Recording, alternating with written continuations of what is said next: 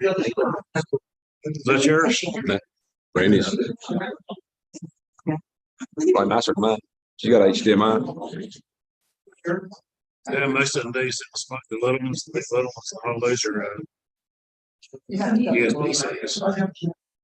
Get my good. Things are up slow here.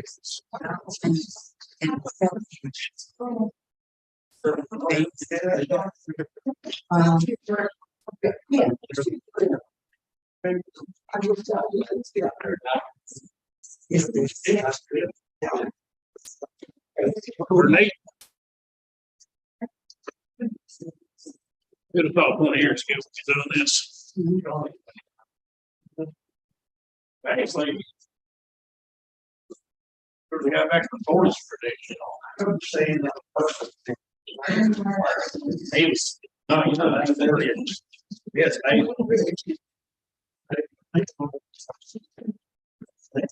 video.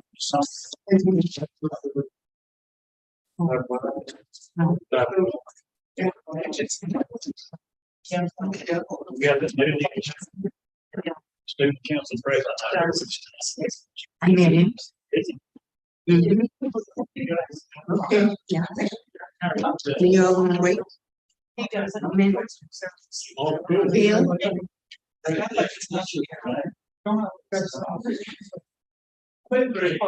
Councilmember Brown. Yes, yeah.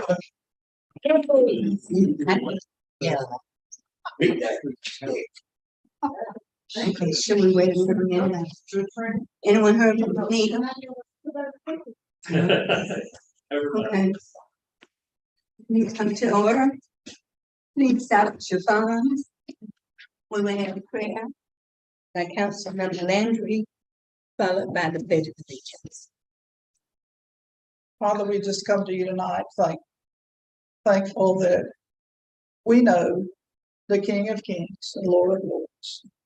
Thank you for that privilege. Thank you for the privilege that we have of coming to you in prayer and expressing our concerns, our desires, our praise. And we do all of that tonight. I pray you would be in the midst of this meeting. You would help us to treat one another in a professional manner, that you would give the council wisdom in making decisions, that you would lead, guide, and direct us. And we give you all the praise. In Christ's name I pray. Amen. Amen. Pledge allegiance to the flag of the United States of America and to the republic for which it stands, one nation, under God, indivisible, with liberty and justice. Roll call. Councilman O'Brien. Here. Councilman Landry. Here. Councilman Whitlow. Vice Mayor Pittman. Mayor Ham. Here.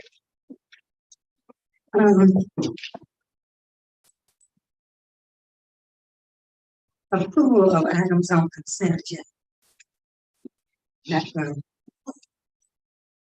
So motion. Motion. Roll call. Councilman O'Brien. Yes. Councilman Landry. Yes. Councilman Whitlow. Vice Mayor Pittman. Yes. Mayor Ham. Yes. Before receiving requests from the general public, I want to ask that everyone be mindful to be respectful of each other. No outbursts. Be recognized if you wish to speak. With that being said, receiving requests from the general public, anyone wishing to address the council regarding non-agenda items will be given 5 minutes, and those in a group will be given 10. So those wishing to speak, raise your hand. Yes, sir. Thank you, Mayor, Captain, Council. My name is Nicholas Morgan. I'm with the ACLU for our 336. Councilmember Football actually asked me to give an update to the council on the county commission and school board's redistricting process that they are in early stages of doing this, so they call it kind of commission has to application. Basically, districts, the U.S. Constitution and state law would require difference in the property population. There's also a rights act. It's to have representation of the applications. So the districts are actually quite out of whack in terms of population. There's probably both law, so I advise that also school board, and there'll be another workshop. 6th, I believe.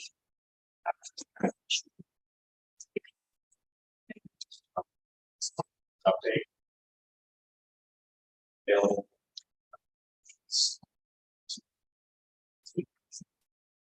Cities, districts, or they have I looked at that, it looks like no. So I think that was good to go.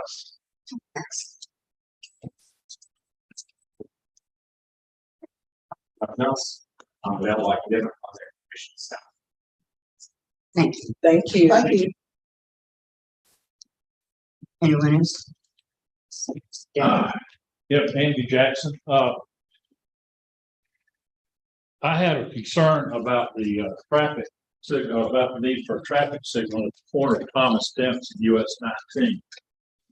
I feel it's a big safety item, and with the help of the city and the county engineer, they put me in touch with the FDOT, and they agreed to do a study to see if there was a traffic signal warranted for that location. As those that have gone through that intersection, you know that it's there's a difference in elevation. You have to slow down. You're leaving, you scrape the bottom of the car, you go in, go real slow, or go side to catty corner to get in. There's trouble seeing the traffic that's coming to you on both sides. And there's been several accidents there. Unfortunately, nobody's been killed.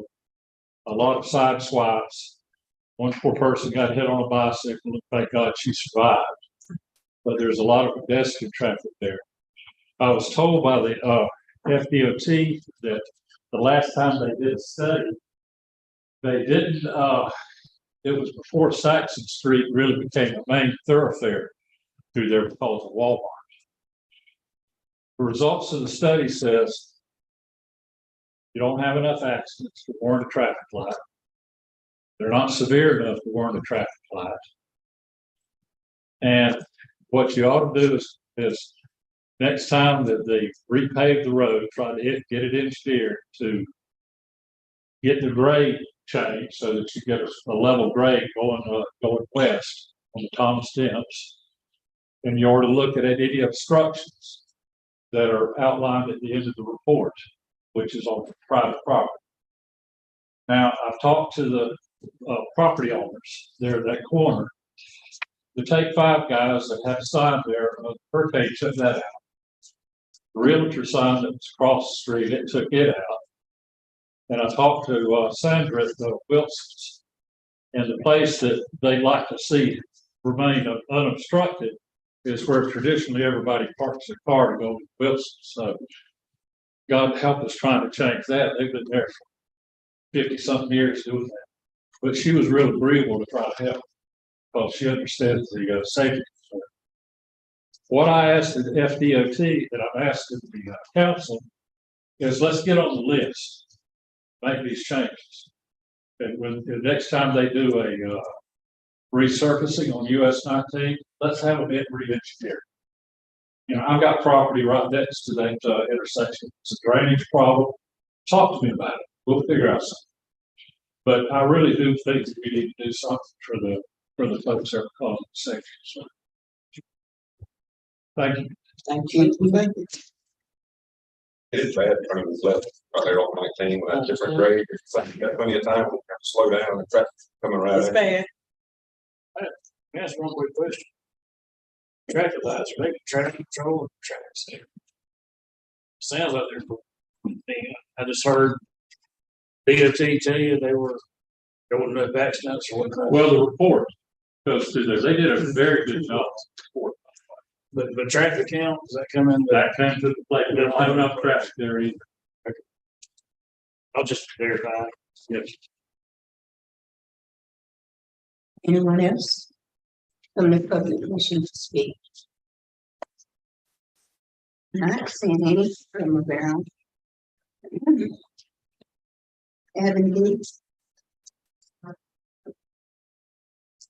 General business, agenda item 6A. Mike McDonald to discuss more infrastructure funds.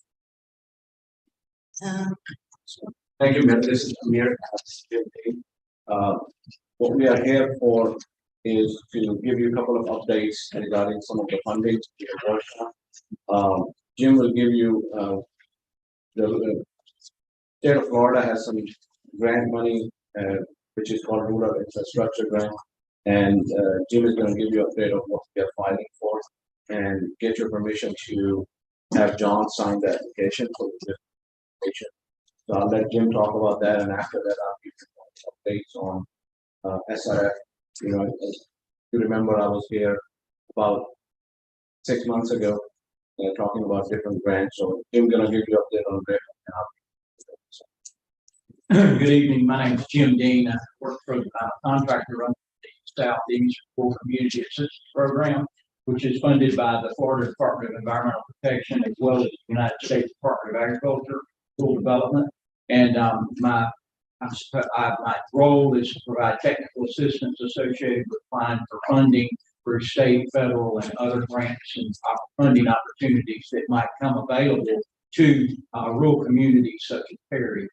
There is a funding opportunity available right now. The window closes November the 6th at close of business in Tallahassee. It's called the Rural Infrastructure Fund, referred to acronym as RIF.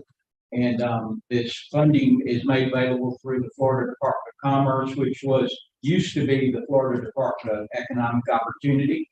And the RIF program is funding approximately $20 million that is offered statewide to rural communities only. So it's not every county or city in the state of Florida. And the $20 million can be used for community and economic development. I believe that there's an excellent opportunity to apply for and be successful at receiving funding from the state of Florida for a project that's been described by the city staff. I'd like to put the application together.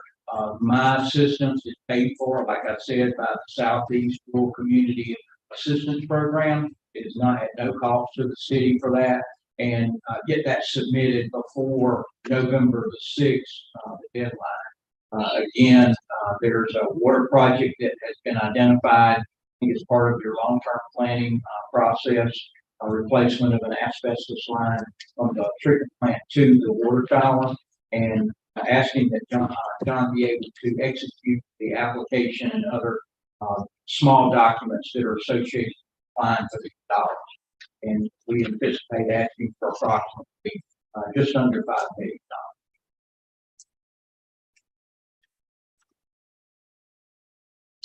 Well, we've got that in two separate That'll be items, approved. but I think we need to move along with it. Make a motion. We think, document could be for that and let Amir talk about the SRF opportunities too. Sure. So about 6 months ago, when I was with you guys, brought the report for the water treatment plant, and we are moving forward with the water treatment plant upgrade. So there are two other funding which from the city already have received. One will be is for a water facilities plan. It's a $300,000 funding through SRF. It's a grant and loan combination. What it will do is will allow us to evaluate all your system and come up with several projects like we did for the water facilities plan, where we identified several projects. Then as funding becomes available, the city will seek funding for those. That grant is already approved. All we need to do is file an application. And next meeting, I'll bring a resolution and and then a legal opinion by the attorney to, provide a legal. So all we need to do on that one is, approve the resolution next time, the next meeting, and we'll get a legal opinion attorney, and then file that application. Once the application is in, the contract will be brought to the city for signature. After that, we'll be able to. It's a good opportunity for you, so you can put the entire city water and wastewater needs on a document and can use that to get different fundings like SRF, USDA, future RIF. You will have a roadmap of what needs to be. So I would recommend you approve that. It will provide you a document where you can use those information to get funding from sources. You said we'd already applied for and received Yes. one, okay, Yes. and that's for the water plant, No, that's for the wastewater. the wastewater. Yeah. Okay, The water is already in progress. It's already applied for. The project is already on. okay. That one, that filter, which one? Yeah, the first one, the filter one is already, it's not in work. Right. It's under construction. This is for wastewater. I have one question Sure. about the filter. Will it filter out any of the forever chemicals? Does it filter out? This is the known technology. It's the only known technology. Yes. Okay. So it will. Now, we have not studied forever chemical because it's early on. So carbon Because it's, is very early on. So carbon is the only approved forever chemical remover, which is you are using. You are using for different purpose, but it takes out forever. it's good to know. About the deadline. Yeah, so the other one is, there is a funding which the city has already approved also, we applied for. There was a short fuse on that, it's to replace the lead lines, which is in the city system. So the FDP SRF has approved the city to move forward to replace all the lead lines. First to find them, evaluate them, and then, so they'll pay, the grant is to find them and to do the work is 50%, but when want to replace them, right now they have a request in the EPA that they'll pay 90% of it, up to 90%.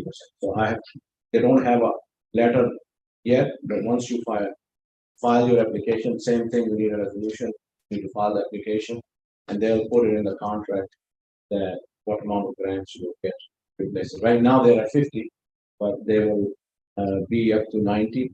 The requirement is required by law, so there is no way around it. But this is an opportunity to replace the lead line within your system. We're actually digging up the lead lines or line, digging them up, trailer, leaving it in place. And that's when we will bring the resolution next time. John.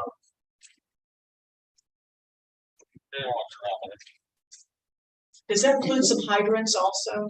No, that's a follow on. Once we have the risk grant, what we are proposing also is look at meeting with DEP and see if we can get, because you only can have one funding at one time from DEP.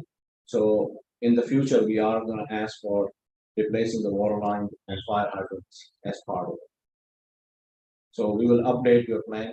That will be later on. I'll come back to you to update your facilities plan, which only have right now the filter plant, which we are doing, and one more plan. But I think we need to update to add the water lines. There is no reason for replacing that line.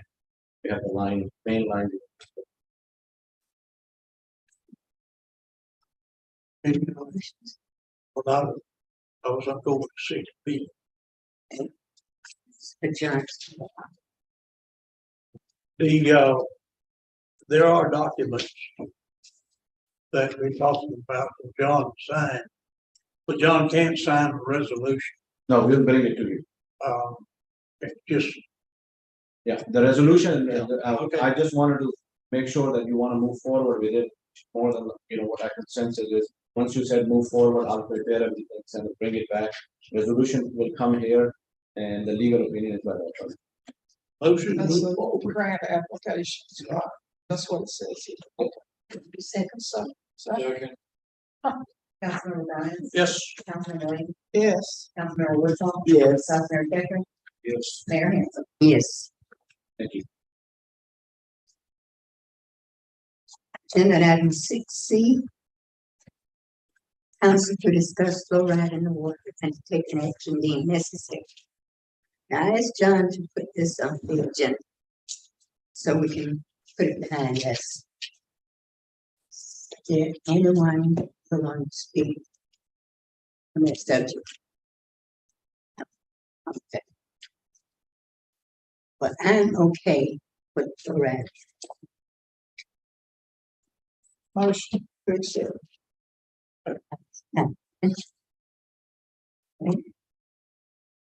Yes, You said, What was the motion? to accept the, said it. proposal that he be able to sign the document. Is the fluoride available? Wait a minute, we already done that. Oh, what are we doing now? I thought we had to do that. We have. Yeah, I'm lost. Yeah. Okay, what are we on? Are we on 60? Go ahead. Is the fluoride available? I mean, you can get fluoride toothpaste anywhere in the store pretty much. So if you want fluoride toothpaste like that, you get it that way. But it's available by choice. I mean, not necessarily. Some people want something, Yeah, there's ways to get it outside of the drink. but if you put it in the water system, it gives the people that don't want it no choice. Yeah.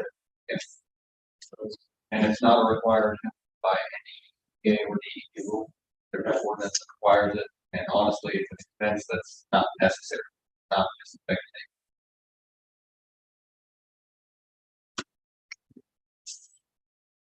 Now. Got a motion. I'm okay with fluoride,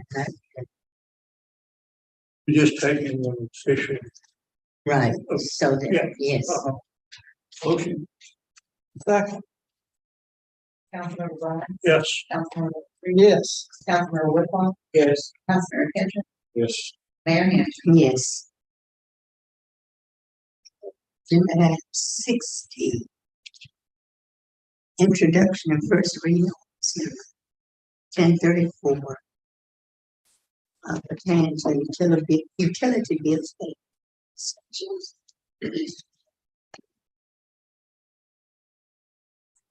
I'm back at the same. Yeah, having out there. But I just do not think that we should be charging the extension fees that we are charging. I would prefer us to do a kind of for everybody. That way, the workers won't have to keep going back and forth. Figure out what it is they should charge. That's my spiel. Of course.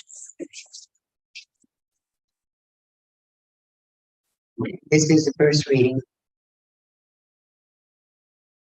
This is in addition to.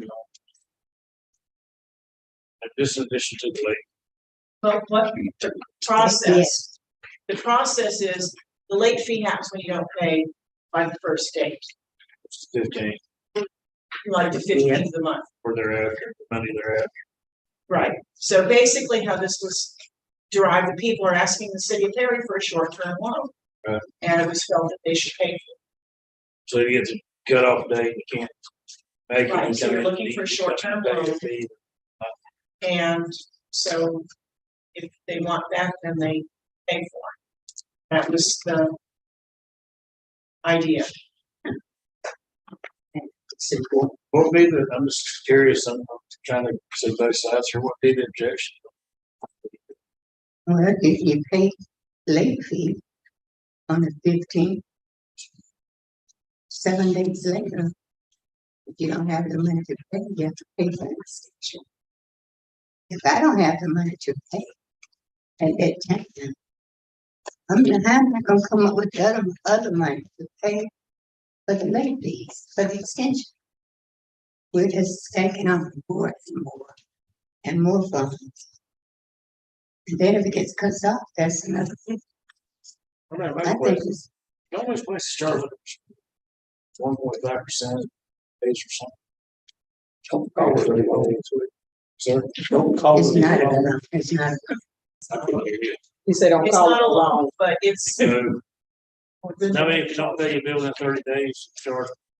It's 18% a year or something. but then they get a couple days in the next month, I believe.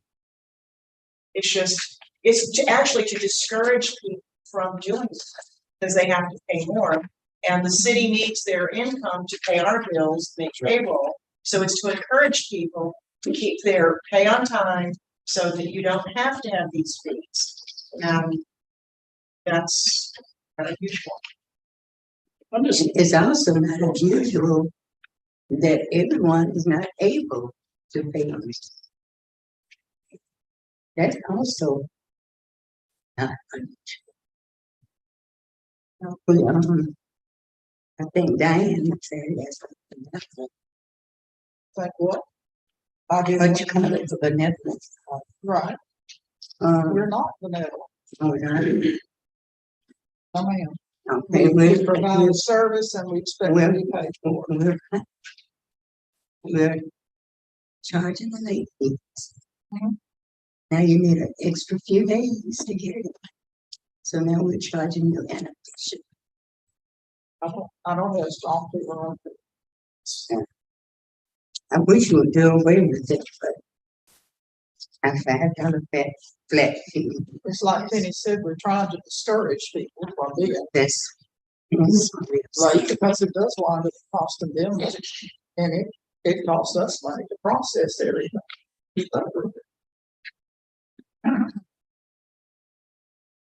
I know there are times when people can't pay. I think we got an email this week from someone who doesn't get paid at the right time of the month to get his payment in by the 15th. So he's late every month, just about having to pay. And so and the emails we sent them was to explain 5 or 6 other methods of paying or getting set up on the auto draft or looking at it online. But if the money's not there, he can't do any of it. So I don't know how we answer that. I'm hoping when you get your new software that we can maybe stagger the payments through the month and help people so that they do come when they've got money to pay it. But that's down the road because we don't have the new software. But you can look it up online the first of the month. If he wants to pay the first of the month, that ability is there. That was in the email that he, Okay. timing was just offering the middle. Well, there are places offering pick a date now. Yeah, we don't, until we get the new system, we can't. I was saying it. Most everybody's offering. And we'll also have online, but sure, yeah, so you can get emails for the first month. Or whatever day you pick.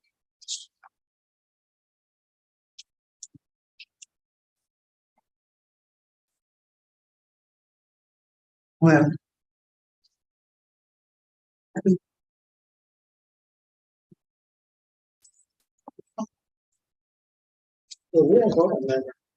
Yeah, you are. Oh, yeah. I thought it was just first reading. It is first read. But if we Is it an ordinance or written resolution? Oh, yeah, Oh, okay. then you need to, yeah, probably sign which one. if we decide change it.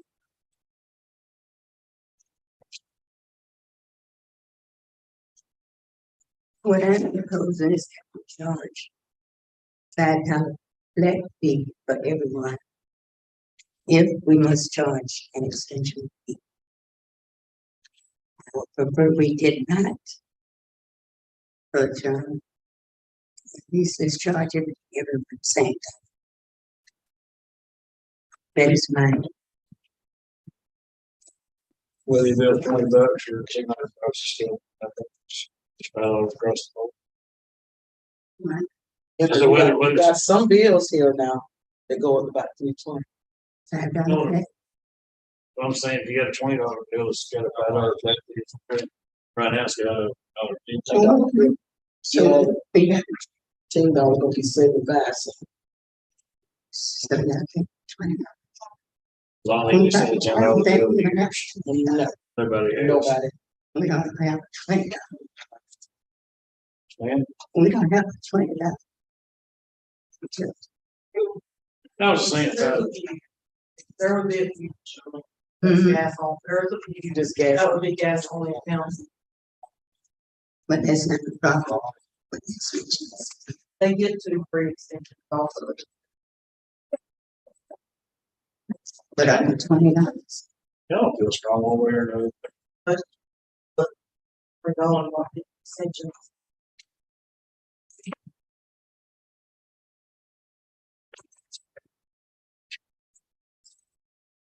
Well, I need a second. That would be cool. I was at the across the board.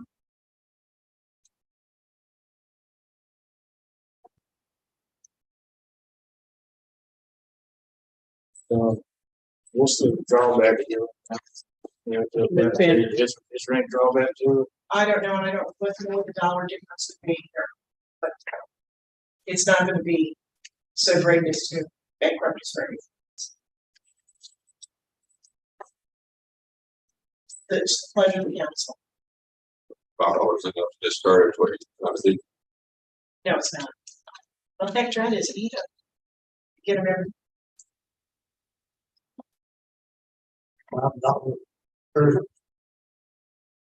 It does. Very few. I encourage y'all to come look up at people, complain every month. And they pay them fees every month.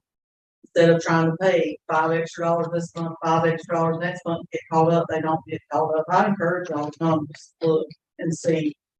And what those girls go through with the sentence. Because as soon as they're called before the extension date, we can sign extension, and they're up there from that day till put off next time. And back in the day. They'll have a stack that big. Get it, budget for 1 month. Pay in advance, you know what the average bill is, get caught up for 1 month and stay there. That's just like. And that's just asking too much, so it's like, Every month. I will say it one more time. Ah, Everyone cannot pay their bills on time. Every time they get $1, the bills keep going up higher and higher. You can't pay your darn landlord. There's no more surprise. You know, but I just don't think we need to increase everything because we can do it. Should not do it. And I feel strongly about it. Well, how would you choose to encourage them to pay it on time? Just it's up to them to pay it. I can't encourage them, you can't encourage them. But I don't think just charging and keep charging is going to encourage anybody. If I don't have the $20 to pay, you're charging me $20. For the next day is not going to encourage me anymore because I don't have the first $20. So now you added on another $20. Then a $50, and it just keep going on. We are robbing the damn poor. We're robbing the poor each and every time.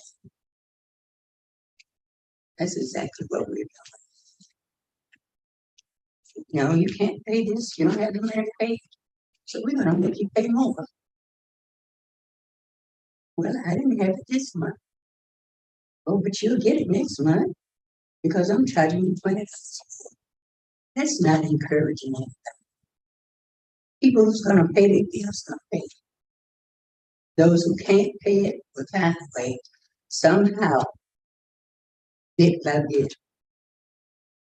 I live around people every day, and they don't have anybody in here to speak up for them. As if, anyways, So are they just not paying their bills ever? Or yeah, but they have to pay more. Every single month. I'm just saying, do they never pay their bills? they'll pay them after the first of the month. They'll pay it by the third or fifth, just when they'll give like fifth or so in the month. That's Can I, They'll come pay it. And then the next month they get a can I explain? How many it to you? extensions are they allowed a year? bill if they want, but they get 2 free a year and then they have to pay for it. And there's some that get them based on every this chart, month, based on this chart. Say the state amount $9. all the time. Can I explain that to you? Because they stand behind, because they keep having to pay for this. So I've taken that, I totally understand what you're saying. But these same people, sure, are late every month. If they would pay $1 I can extra every understand. month, they would eventually get caught up, but they don't. And you should, I encourage y'all to come on the day and just sit back and listen to some of these people in there. What they're talking about, they're doing and things, and I just encourage y'all to come sit in the church one day and see what those girls do. And I mean, sometimes people are bad at managing their money. Just And I pay, feel sorry. and they work, They can't every month. some don't even have it, you know? Some of these, they're never even pay their whole bill every month. Their bill might be 60 and they'll pay 50. And there's Some also they've got organiz- $10 extra on their bill. There's also organizations that winter and summer. they There's pay their several bills. organizations that pays people bill every month. Uh-huh. I know. Okay. Swanee River. Yeah. Churches. And actually, we got 30 people in on that Livewire heap or whatever it was I talked to you about. And they got $2,600 Awesome. Is this the thing that we were talking about? for the, I guess, I'm not sure if it was for the hurricane or this area. Or I don't know, but I was sort of, But they- because they could have gave every customer $100 for as much as they gave out to those few, they could have gave every customer $100. But they had to be on the low income list already or the, SNAP list. Where did it come from? Livewire heap, Swanee Economics. Swanee Yeah. Economic. But they're just like it went through them, but it's the Economic Council for the state. Are we advertising that? Cause I didn't see anything. No, no, we didn't advertise, they don't advertise it. I'm saying, are we? No, You should already be in that program. Huh? You have to be in the program with them. If Yeah. You want to do that. that was they asked for, we had to spend $200 to get a list of computer records with all the customers' names and all that and their bills. And then they compared their computer lists and they decided. The ones that they were gonna pay? So everybody in the whole city, all of us was there, but if we didn't match up, we didn't get it. But you can call the senior center. Yes, they- And Swanee Economic Council has a different pot of money for their regular winter, summer help. And how And often remember, are too, they, we're not playing fees. how often are they able to get assistance? Twice a Regular. year. Twice Yeah. per year. And then they've got some churches in town that are used a lot.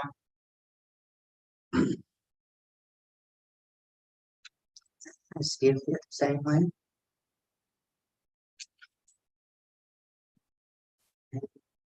Is it dies without a second? Okay.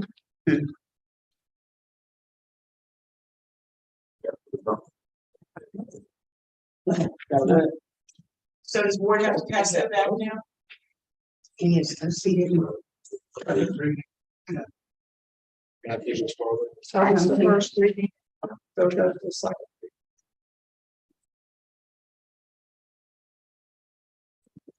Um, Agenda item 60. Yes, I'm just let you take up, John. This is all those policy resolutions we were working on last 2019. This first one, you need to approve it first. It's repealing all the past policies, then we'll start fresh right after that. So y'all need to read that one first and approve it, and then we'll get into the other one.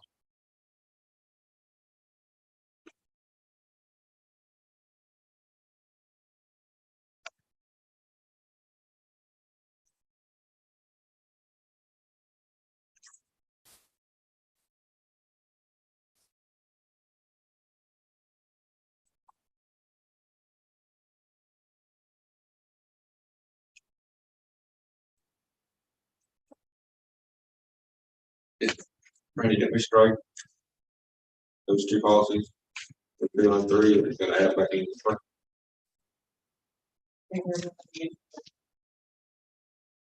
Strike the front of it.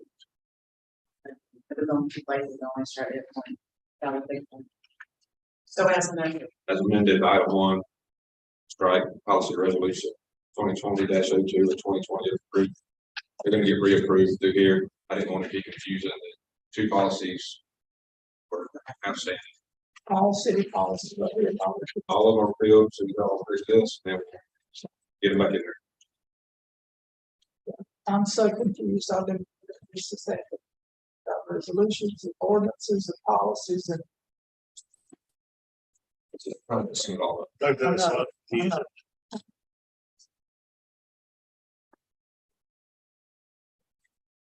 I motion we accept this as amended. Councilman Grimes, Yes. Councilman Landry, Yes. Councilman Whitcomb, Yes. Vice Mayor Ketchum, Yes. Mayor Hampton. Now we can pass it, I mean, passes on here, right, today. It's passed. it. Is that the resolution? Every have policy resolution that's ever been written. Okay.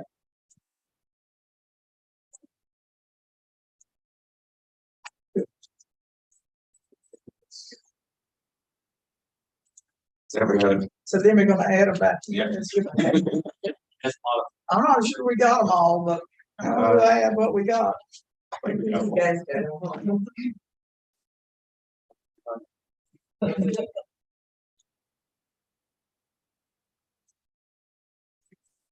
They had one say that go through the orange, the other. You moving on, John?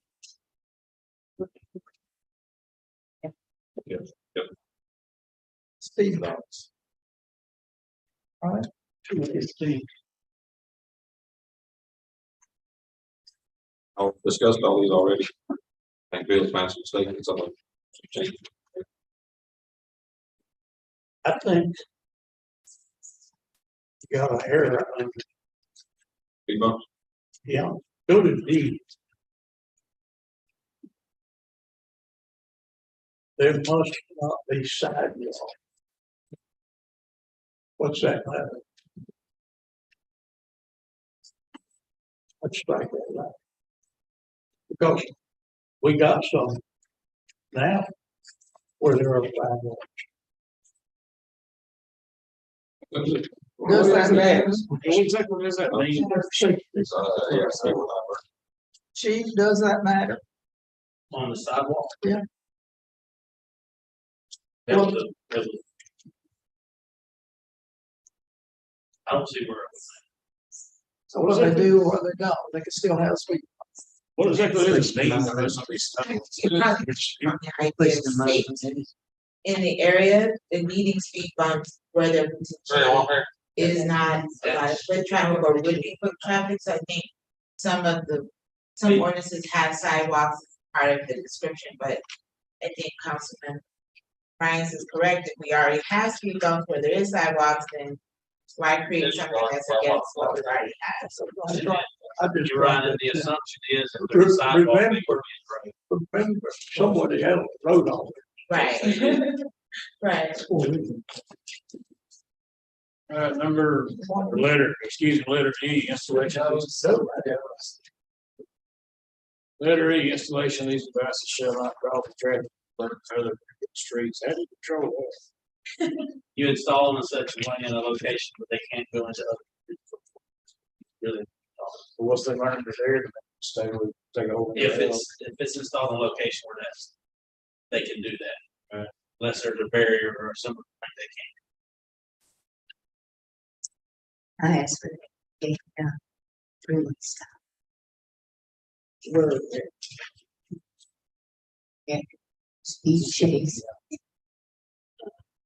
Children were at this. I want to talk about that.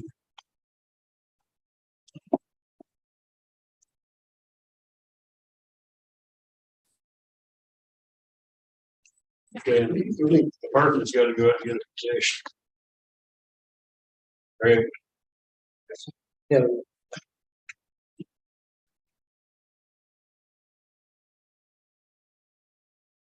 Make a motion to accept 2315 with the exception of the sidewalk.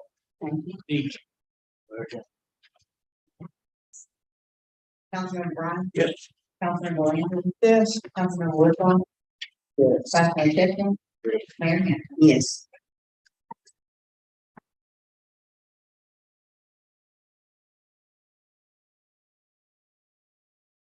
A resolution is almost saying we think it's a good idea to do. That's not ordinance. Admit this.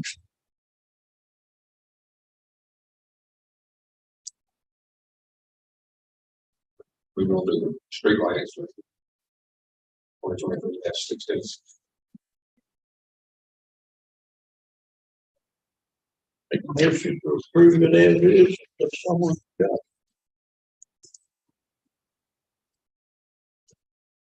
So it's gotta be 75% of the residents in the city. It's almost the same approval process as speed bumps. Speed bumps, yeah. There's gotta be a super majority. That's it. Does the city on both of these, 75% of the people to hear back from, or 75% of all property? This was 3 months ago, I think. It's, They have to it's come. the, If they don't return one, that's I remember, that's considered a no vote. So it has to be 75% of that area. We changed all that. It's not mail in ballots and all that. The person that wants the speed bump or the street light has to go out to those people. Right. and get the petition, yeah. They'll Well, come. they have, unless it's changed, I have to do some more. They have to hand out the petitions, but they can't bring them back. Each person has to bring them back. Which is So, not so changed. we took that out, we took it out. I disagree with the two, 'cause it's gonna be a problem, but We'll just have to Disagree verify. with what? It wasn't a problem when I got it done, Miss Benny, it went through just fine. well, but if somebody wants to do it, people could cheat if they wanted to. They could. Well, we didn't have a problem when we got the street. We think they're cheating when we call to it. There you go, solve your problem. If the signatures look like they about the same, get on the phone and call. You got it. We changed plans. Exactly. Is there a second? Is there a second? Second. Councilman Brown, Councilman Lehman, yes. Councilman Wood, Yes. Councilman Patrick, and Mayor. Yes.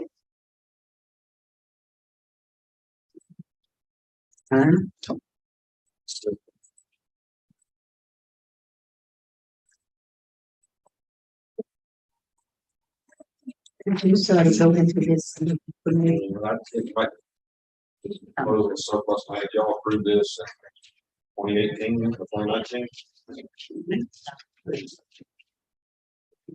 It's part of the surplus land, 2023, that's 7.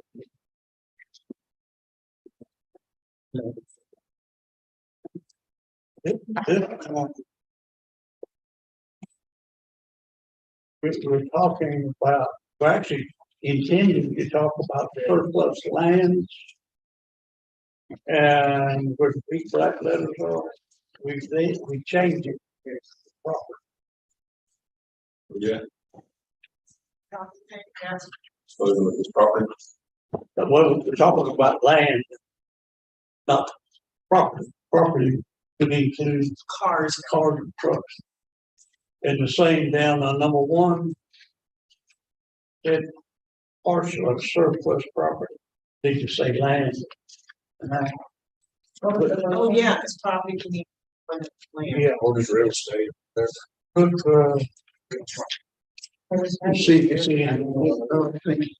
Councilman Brown, what was the first one?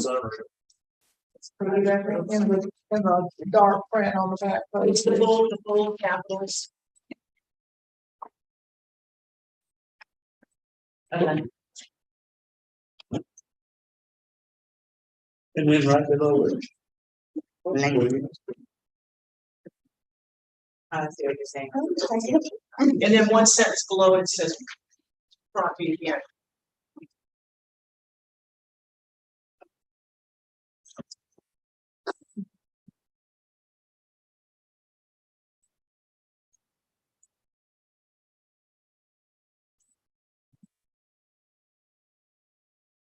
On C.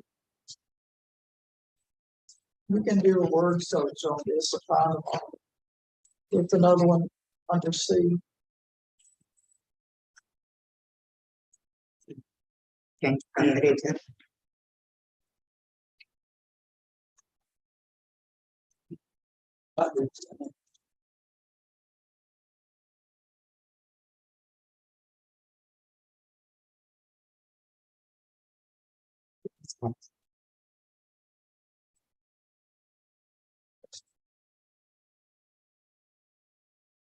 Go down in the fourth whereas where it says city owned real property, can that be property? Yes, because real property Yeah, is what we do. The way this says property without. Where? On the first page, before whereas.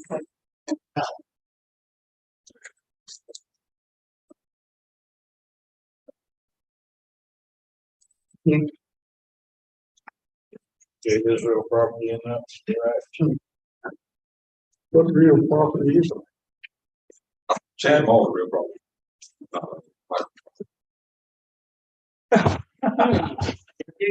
Okay, I could do water. Yeah, I mean,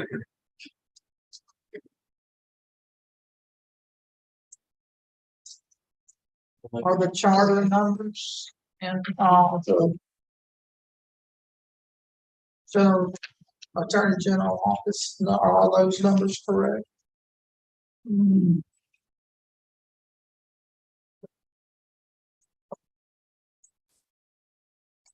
that one, yeah, the charter. Yeah, that 212 is just saying.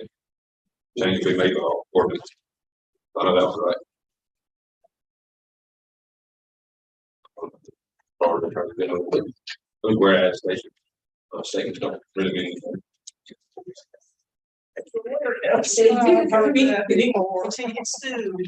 In the title of it, should we change it to land to real property? Yeah. All right, balance. Yep. Is there a motion? Motion to They changed it. change. So we are changing the final as well. Yes. Real property versus land. Councilmember Bryant, Yes. Councilmember Landry, Yes, Councilmember Pickle. Yes. Henry, Yes. Mayor. Yes.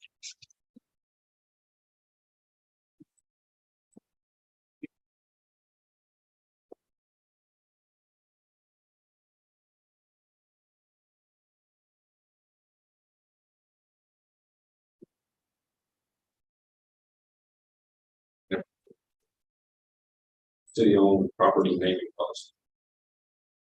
Which one is that?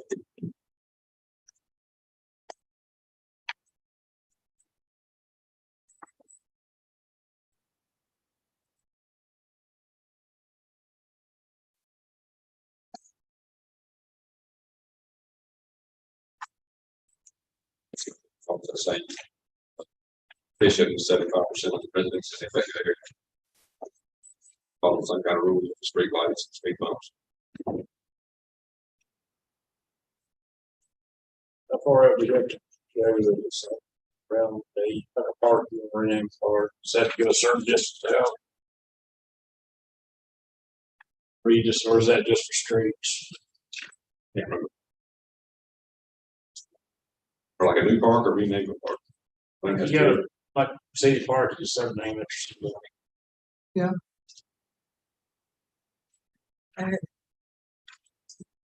You know, something we can do, or do we have to six, go- six says. But he's been deceased 12 months before you do it. Never know.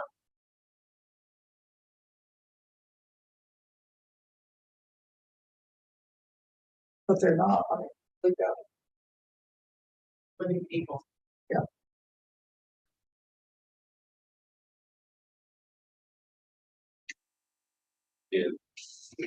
City council can suggest a name, do it by resolution. But if somebody themselves wants to read They introduced conditions, 75% of that area. Well, I'm just saying, what's the definition of? Like I said, if it comes down to a park or some building or something. What's the definition? The other one I wrote is up to Public Works Department. I didn't put that in. As far as I'm concerned, I mean, it can be right there, yeah, touching. There's a budding property owner. So you got that. You have 400 acres out in land. But it's property owners. That's true, so do you want to stick with what you just described, buddy? Budding property owner is what he says. Everybody property owners would be the residents of the affected. I could add that language to it. I think one of them, it was street names more than anything. So I mean, changing a park name is not going to affect anybody. So, Say that again? I said, I think, I'm sorry. I'm sorry, I can't hear, it feels like everyone's talking. I'm just saying that I think it mainly that is meant to affect street names more than anything. Because renaming a park's not gonna make anybody have to change their address or anything like that. It's just a name change. There's no one, I mean, nobody's going to change their. I think the point of it is, my feeling is the point of it is road names. So it's really it's going to affect a lot of people. Started as street names, but I wanted to add. I just want to have to go ahead and have a policy for renaming anything. Cause that's what it started out as. It started as a street. Right. So this replaces the street. This don't replace it. No, when y'all approved it, it was as it's written right here. Okay, It started as a policy to replace streets. I amended it right, to rename parks and any city owns okay. property. Just so we would have a policy, if that came up, we would have to go back and make a policy. For how to rename a park. And you could always retool that resolution if you wanted to, but policies to keep you on the slippery slopes. Ocean. Second. Councilmember Brown? Councilmember Wayne? Yes. Councilmember Woodball? Yes. Councilmember Fisher? Yes. Mayor Hampton? Yes. So Councilmember Bryan is that abstaining or you say yes? Oh, yes, sir. It was like, for the record. Please make your vote all the future. You can't hear the rambling. Next for monetary grants to donations to nonprofit organizations. This is the other one that y'all had approved prior to being here. I didn't write this. It's already.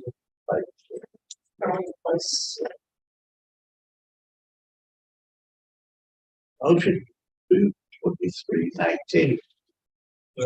Second. I have a Third. question. I have a question. Oh, got a question. So as of right now, we're not giving any money to nonprofits right now. Correct. The only nonprofits that receive any funds from us, we're not giving to them. If we're sponsoring things through the chamber, like fireworks or something, which we're not doing this year. We have in the past. And the other ones, the Historical Society, they earn the money through the Dream Grant, that little 2% for annually, because we can't cut checks directly to citizens for that. So they're, in both cases, they're earning money via advertising and sponsorship, or we're getting something out of it. So.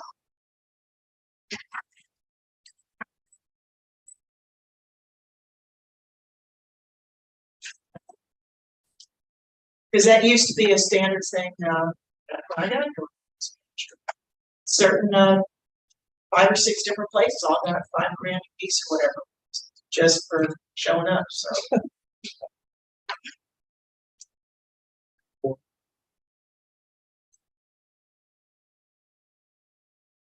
Did you make the motion? No, I just want to make a comment. This came about Pelican ship.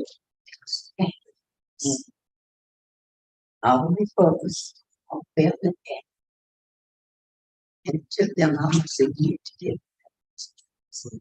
And I wish you would go out to see what was done. Get back just. What it's doing for the. She actually has a school there now. Yeah. Mhm. So that is how this came about. We were not just throwing away money. She used it to do what she could to get that school going around, and most of it she wrote on a grant and she got approved for. She has students out there that she's actually teaching. She's doing an excellent job out there. That's right. What group is, what school? It's not Head Start. Taylor County Leadership. It's Head Start though. No, It's Aspen. No, it's- I didn't know, I never heard of it. Academy, Leadership Academy. They didn't say we were coming back because every time they came back to try and get anything from us, they always got shut down. So they didn't bother with coming back. Because we had. Is it a charter No, no, I give. No, But not. but officially it's not a Mhm. charter It's school. not a charter school. They're combining the use of Florida. I don't wanna say. Yeah, the web-based curriculum with character curriculum and a number of things. However, I do think there might be times that we might need to give some things. Now, I support Keller County Development Authority. The way things are looking now, we're gonna need their help and everybody else's help to bring in new businesses to here. I supported senators. I just want to get that out, you know. Well, maybe now. Councilmember Brian. Yes. Councilmember Woodball, No. Vice Mayor Fisher, Yes. Mayor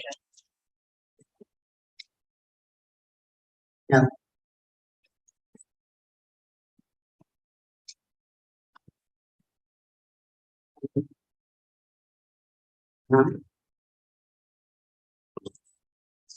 The teacher ain't gonna fall under 501c3, I think they're 501. I was gonna- Another. I was thinking they're under Taylor County. Sure, we do. Not with that. But I think I don't think that was. they're Mitch Luke just said.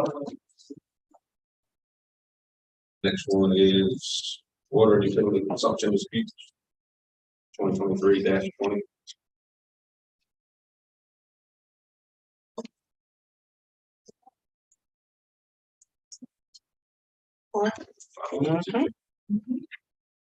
I know they're kind of, I know that they're voting on this changing, but that would include donations to the same center. I know they've come constantly. And I guess it would. We need 501c3. And they have. All right.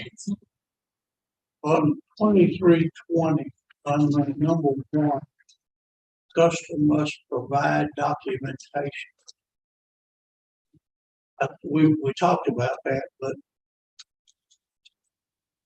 I could just give you a letter saying I did this picture. Yeah, in most cases, I don't think. We asked for them to bring a Wait a minute receipt, now. and once in a while, there's extenuating circumstances, like I had the pipe in my workshop, 60%. and then we verify it, and the leak has 6K, been right? stopped, so, and they can see that the person is more than likely telling the truth, plus we also tell them, you only get one adjustment a year like this. So, you know, if you're fibbing and it's still leaking, you know, you're gonna, but we go out and verify that at that time it's not continuing to leak. Are we talking about 6K? The That's what water it leak, should be. Yes. You're talking about item 1, having to provide documentation. That's probably. Oh, okay. Well, in my case, there was no document because there was nothing. I didn't spend any money. so when you broke go, it. when you get your next bill, it says, you go in and the supervisor has to sign off on it, bills for myself. And it's but we'll go out and verify that it's not leaking. Yeah. And we understand we just went through a major hurricane and like I said, numerous pipes got pulled up from those. So I mean, it's believable. And a couple people ripped us off of that, and so There's little frog traders. Get a big easy. I'm telling you, so, yeah, a lot of people lost sprinklers. I know y'all are estimating the bills, most of them now, because of the debris get to the meter. I know they're reading, Now, now, if they could get to the meter, they're reading the meter. If they Or can, next. so next They've month's been gonna able get to read better, A lot of, and the month after that should be back to normal, God willing.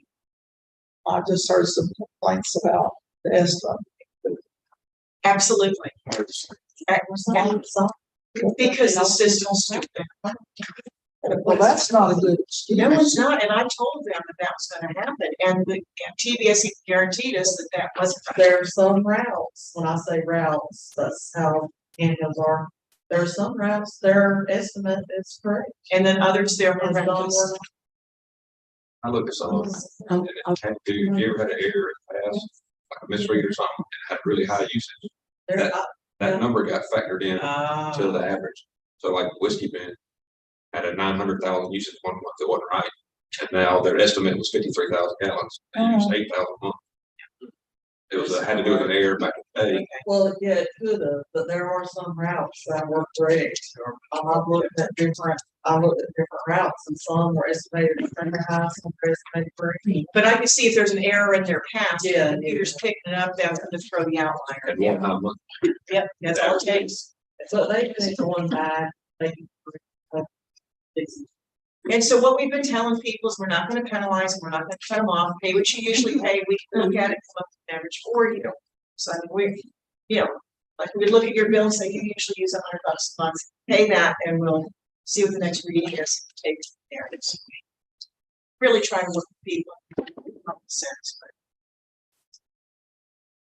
And she was right, if we didn't send bills out, then the next bill would be double the garbage, double everything, it'd be kind of like, so it'd have its own chaos, and people would complain about that, so. That's why we said finally, let's just go forth and deal with it.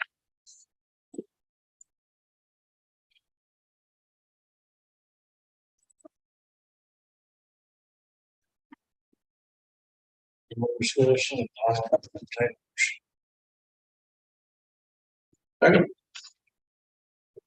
Motion to approve. Bill, you ready to do the Bill, did you make a motion? He called for a motion. Motion to approve, second. I got things. Councilmember Brian, Yes. Councilmember Landry, Yes. Councilmember Woodball, Yes. Councilmember Fisher, Yes. Okay, 16, yes. 10/6, L. Resolution 2023-21, off hours utility reconnection. I think we went over this one last week. Yeah, to approve. Pretty thoroughly. Second. Councilmember Brian, Yes. Councilmember Landry, Yes. Councilmember Woodball, Yes. Councilmember Fisher. Yes. 10/6, M, resolution 2023-22, authorize the city manager to retain personnel rules. This is, resolution is, that's what it talks about. But then it picks up another subject. You need two separate ones, not really. And, what we're, I understand why somebody may, but I also know why you. You council votes on resolutions, ordinances, and that's giving you city manager authority to override that, and you don't want that. So I would take that out. And I don't know why, since it's a federal law, 40 hours. It's, The third warehouse, the one. second, first it talks about, whereas, go to the second whereas. You're on 22. That's it. It starts Second talking whereas, about overtime, That got and yeah, somehow it's, Oh, I do. Third side. I'm trying to make something. I think we- personnel rules go. yeah. Yeah, I wasn't gonna. We're gonna terminate. It's probably clean up. Board manager. Position Yeah. didn't exist, just go ahead and get that. Have city manager to do it. So that you can still do, right? Or we can amend it to So terminated, that's already terminated, isn't it? Yeah, it's already. Well, you repealed all the policies at the beginning. We had a mass termination. Right. So. Anybody want to get anything done? So he can't change the job description or anything? I think That's board why I was manager- asking what was the housekeeping that was supposed to be fixed. Not defining the housekeeping actions themselves, that policy is vague, like Bill said. I think you would have to define the housekeeping stance that you're allowed to take. Because some of that's in the charter. I would probably bring this back, modified and edited to, So what it is. yeah. Agenda item 6N, resolution 2023-23. Question. How many floating holidays do you get? Four. We get two, or we can Two per carry four. You get two, but you carry up to 10. Yeah, that's right. well, what do you mean by the term one or both may be carried over? What does that mean? Each of one or two can be carried over. And you can keep up to number 10. Okay, but it doesn't reference those two anywhere in this word. That's confusing. It was Was already a policy that you get the two. That's not included in So if you use one, you carry one. If you don't use either, you carry both. Yeah. Right. So either may be carried over. Yeah, either way. Better wording, either. But the word would be unused floating holidays. Maybe. Hello. thank you. here. For a maximum of 10. So 10 at 8 hours a day, so you got an extra 80 hours. They must- That's what they decided, Bill. They decided that. Plus 6, 80 plus 6. Yeah. But that's a vacation, you got your floaters, so at your higher rate of pay. Yeah, I know. It's a budget for there. I would not. I mean, it's the rules, I don't remember. But it's 70. the smart. Totally. You want that in. It's a bag. Oh,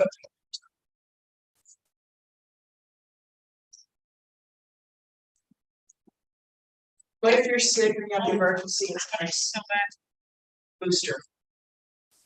That's it.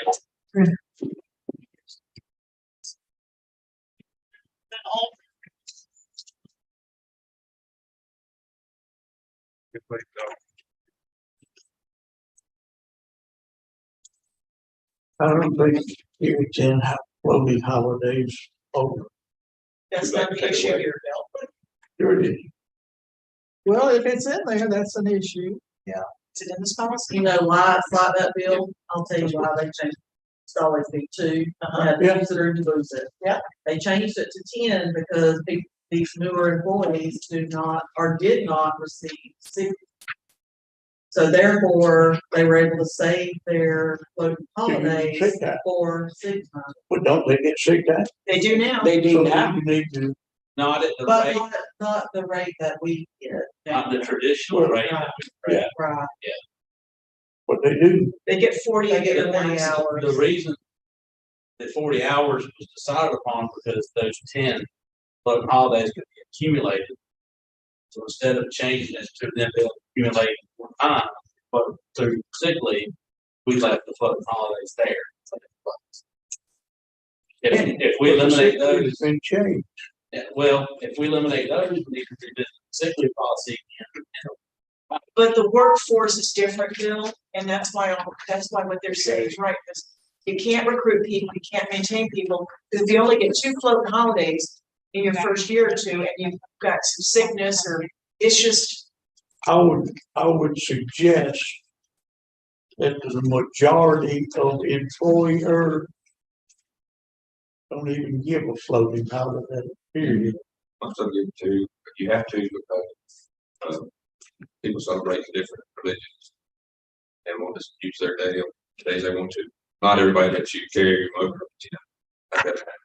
Yeah. So it's already there. I wouldn't take it away now. It was there as an appeasement. But you've given something else. You said that was the cover sick leave. Because you didn't have sick. Now you got sick leave, 60 so then you days, take, up to 60 This days. was But done. they don't get sick leave. Like us over here. the Maximum bank, according to my calculations, the maximum bank right now is 140 hours between like holiday, vacation days. Is that right? No, the vacation, depending on your years of service, the maximum is 160, to 160 plus 60. It used to be Now- 40. Now it's gonna be 40 60. hours, they changed it to 60. Now it's gonna be 60. If you got 60 plus 10 days, which is 80 hours, 140 hours. Maximum. well, it's just like some people can say things and some people. No, what I'm saying, is maximum you can carry over is 140 hours, so. Could be, I mean, depends where you are with your years of service. Like me, I can carry Talk about me. 220 hours of vacation, but I don't save my, what, holidays. Are you talking? But yes, a person, say, your average person has at least 80 hours vacation. 40 sick. 15 days, 3 weeks. Last week, you carry over. Thank you, it's fast. I mean, it's not that much. Most of them use them. I mean, I'm not sure how many that have some saved up. I'm just saying 3 weeks to carry over. That's really. Often. It's not bankrupting us yet, so we're fine. We've been doing this since 2000. Yeah, we've been doing that for the last 4 years. Yeah, I don't know, as long as Is it? Saying hours, is not quite as It was days. about 2 years after the sick leave policy. 60 paid days. About 2 or 3. Yeah, that's saving us 6 days. Are the sick days, they roll over, or do you have to use them? They roll over. And whenever you quit, and that's the old state rule, is you get half of it, up to 900 hours, I think Well, 35, depends whatever. on if you're hired. How long can they roll over? They just keep accumulating. And you- But you max out at 900 some hours. Except for the rentals. There's like 480.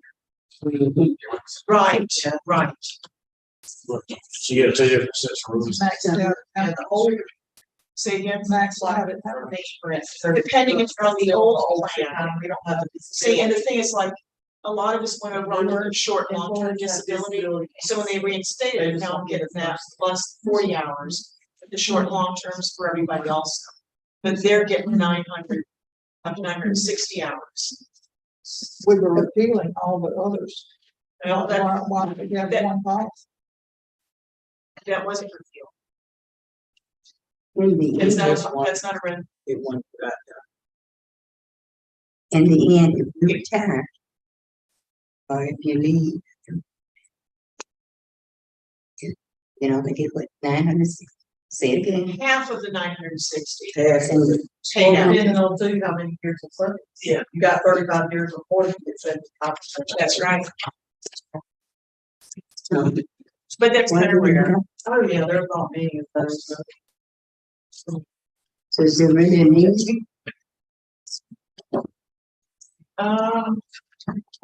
What we do. It is what we're We can doing. implement.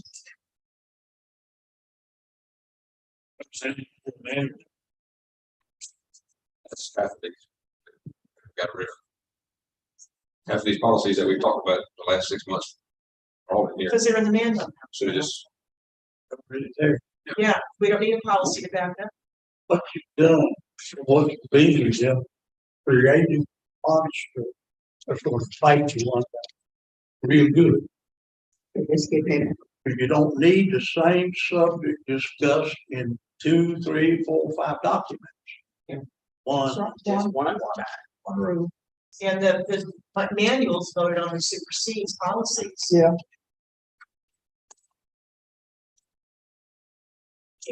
Does that manual cover understaffed leave? Okay, It's a pretty good manual. then why do we need this? You don't, Does this conflict with what the manual says? It it just, doesn't conflict. Well, It's just redundant. say it twice, or Is it redundant? about 2 non-cumulative employee observations per calendar year, take any time, prior approval. Encourage to take these days to handle personal business, observe religious and other holidays that are according to employee, not listed among regular holidays observed by the city. To grant 16 hours of floating holiday. Floating holidays will be saved annually, not to exceed the balance of 10 days. just saying what the balance is. Yes. Contradict. Terminate policy. so they all, So, just All of them. N, are Don't we going to get rid of N Are we gonna try this? and O? Both of them having to do. Don't vote yes on it. Just terminate it. So, It's not necessary. So all of them got, got three. Three. probably worth it next. Yep. And the next one. And the next one. Workers' comp, something they, uh,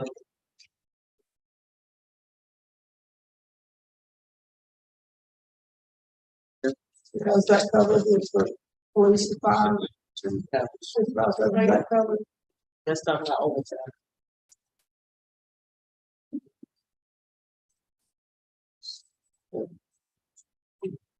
that may well go down.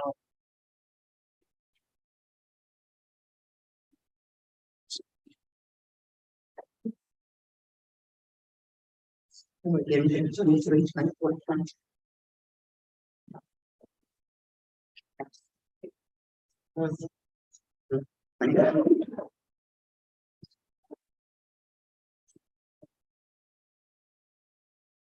I'm 26.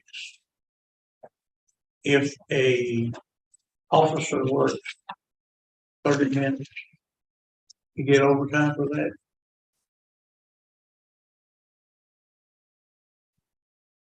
Which one are you talking We're talking about the officer or the supervisor?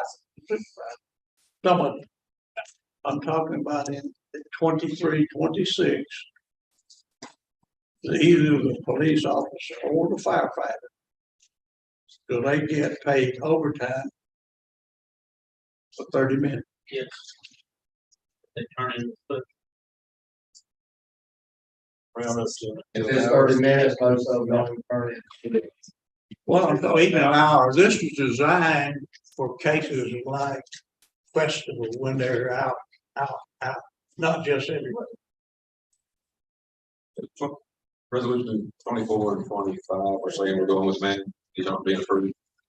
And then Bill skipped right over. We're not, Well, that's what we said. They're in the manual, it's really no. there's no need to have it.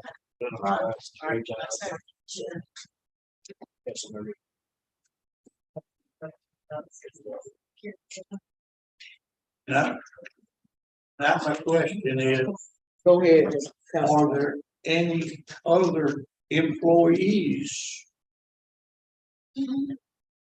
in this type of situation that do not get overtime?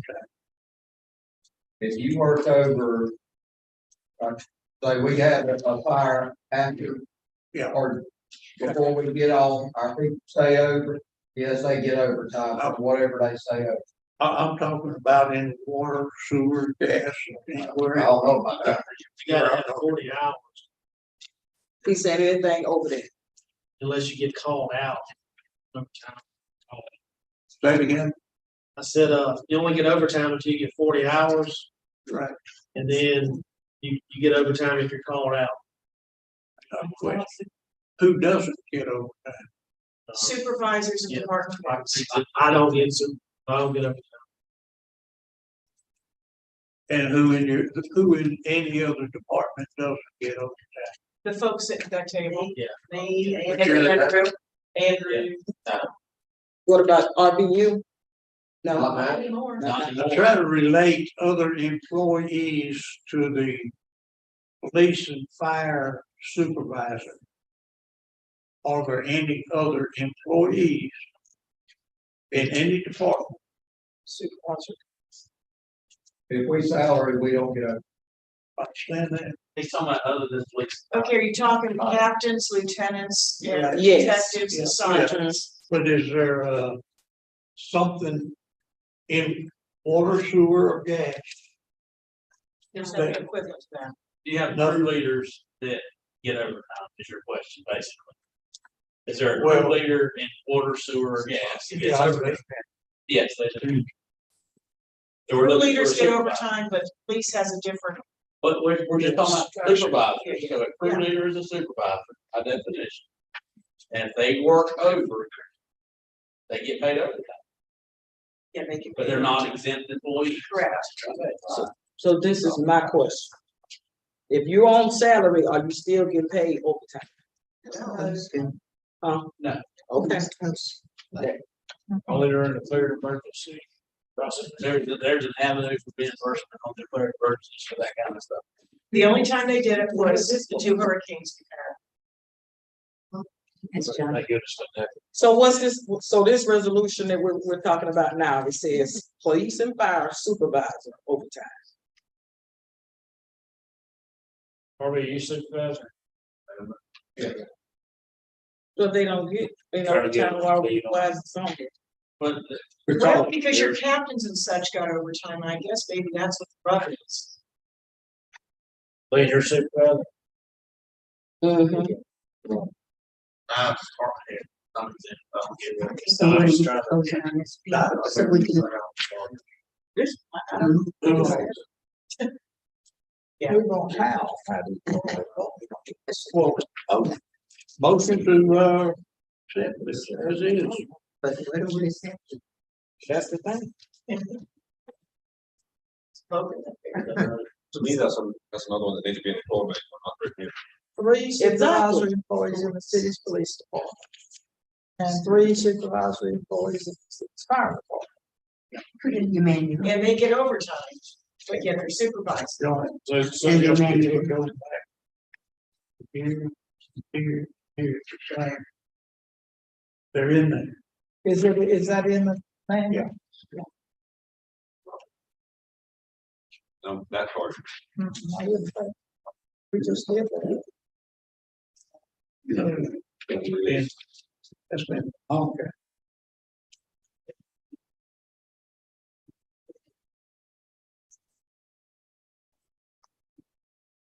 Not John's.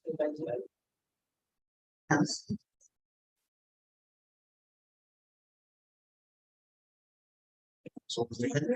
It should already be in the manual. well, if it's not in the manual, how about direction for staff to amend the manual? Well, that's what we're doing. Really, that's what Yeah, we should do. Yeah. Yeah.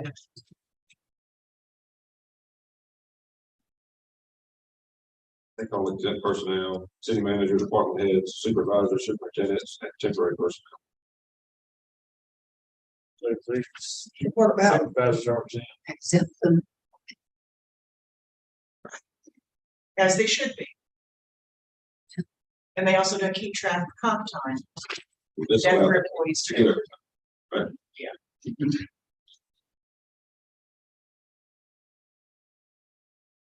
well, to me, I thought this was an exception to the manual. What overrides the manual or the restitution? It's an exception for those specific employees. That are captains. 3 supervisors in the city police department and 3 in the fire department. So Right, it the says- captains. That's 3 Well, it doesn't captains. say captains, it just says supervisor. It is. What Ray was doing. The manual says this is a blue dog. what makes it say blue dollar? So, well, I'll be on resolution 2327 makes it a blue dollar. That's what all of these do.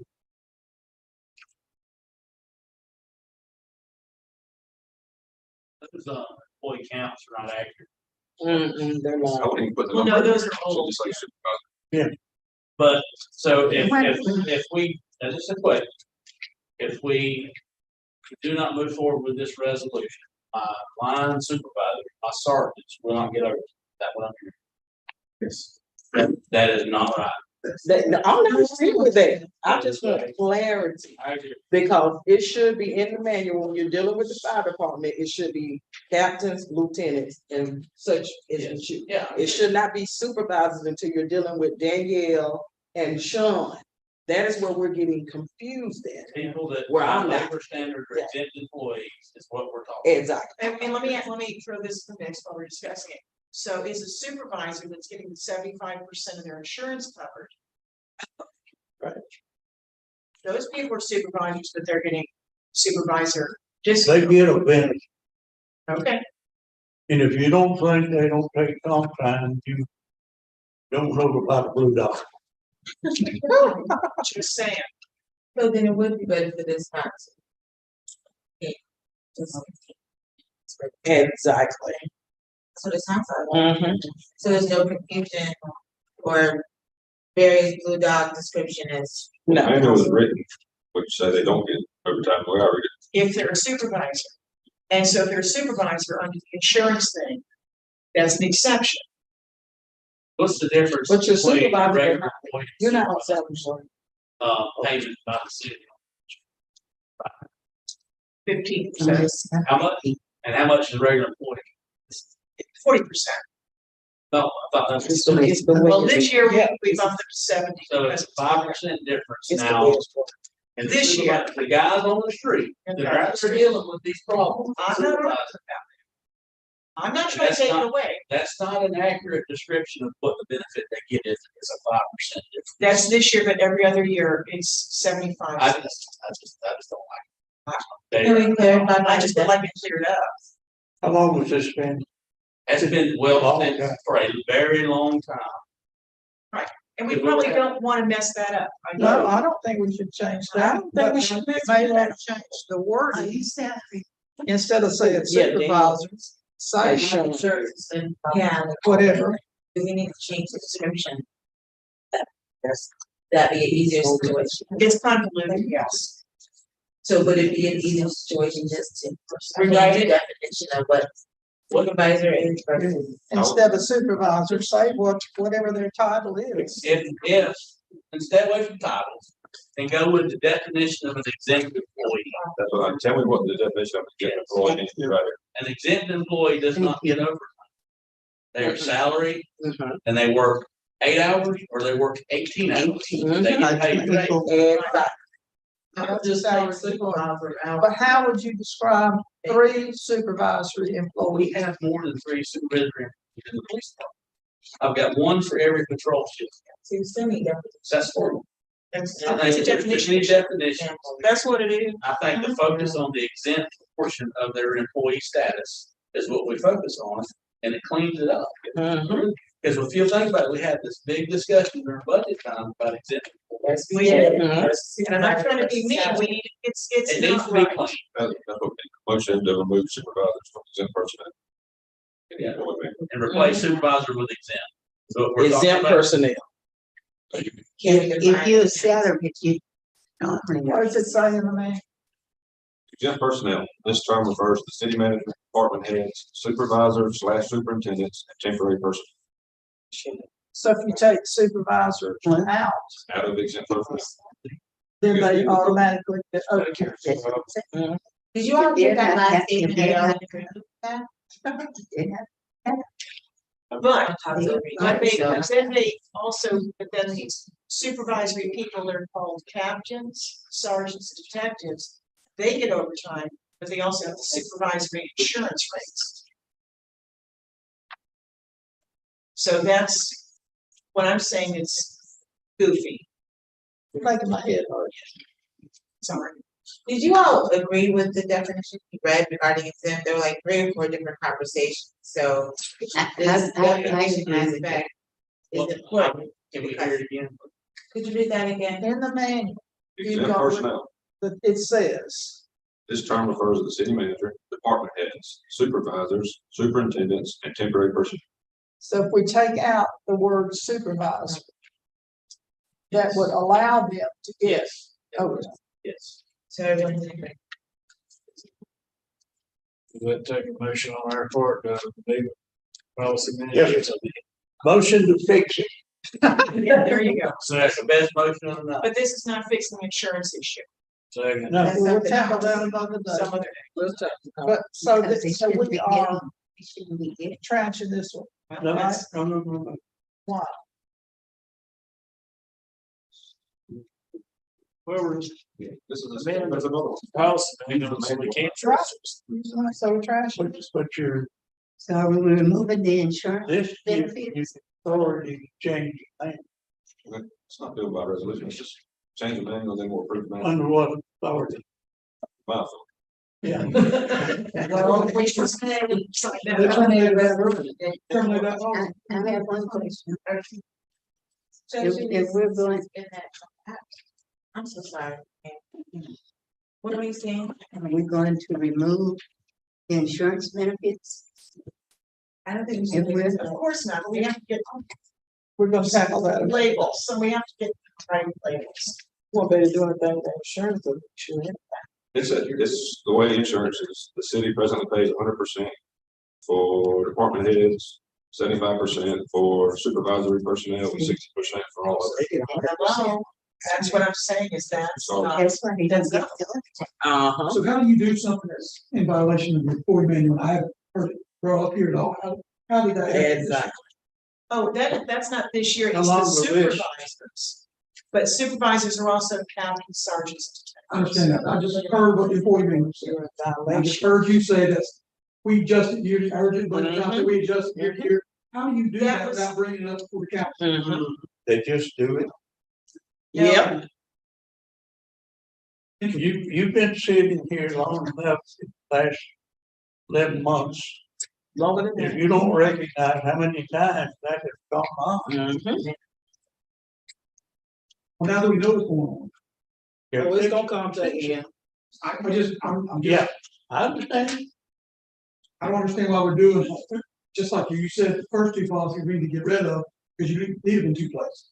You just also said we need this one to give him the authority to change the manual. That seems like, No, no, because this and that disagree. They conflicting. So you. And then Hey, that's. this. It happens. Yeah, they're conflicting. So we got to. So we need to fix that and make it. And that's why I'm trying to fix the Well, this is- insurance I think we should, definition. I think we should go by what is in the manual.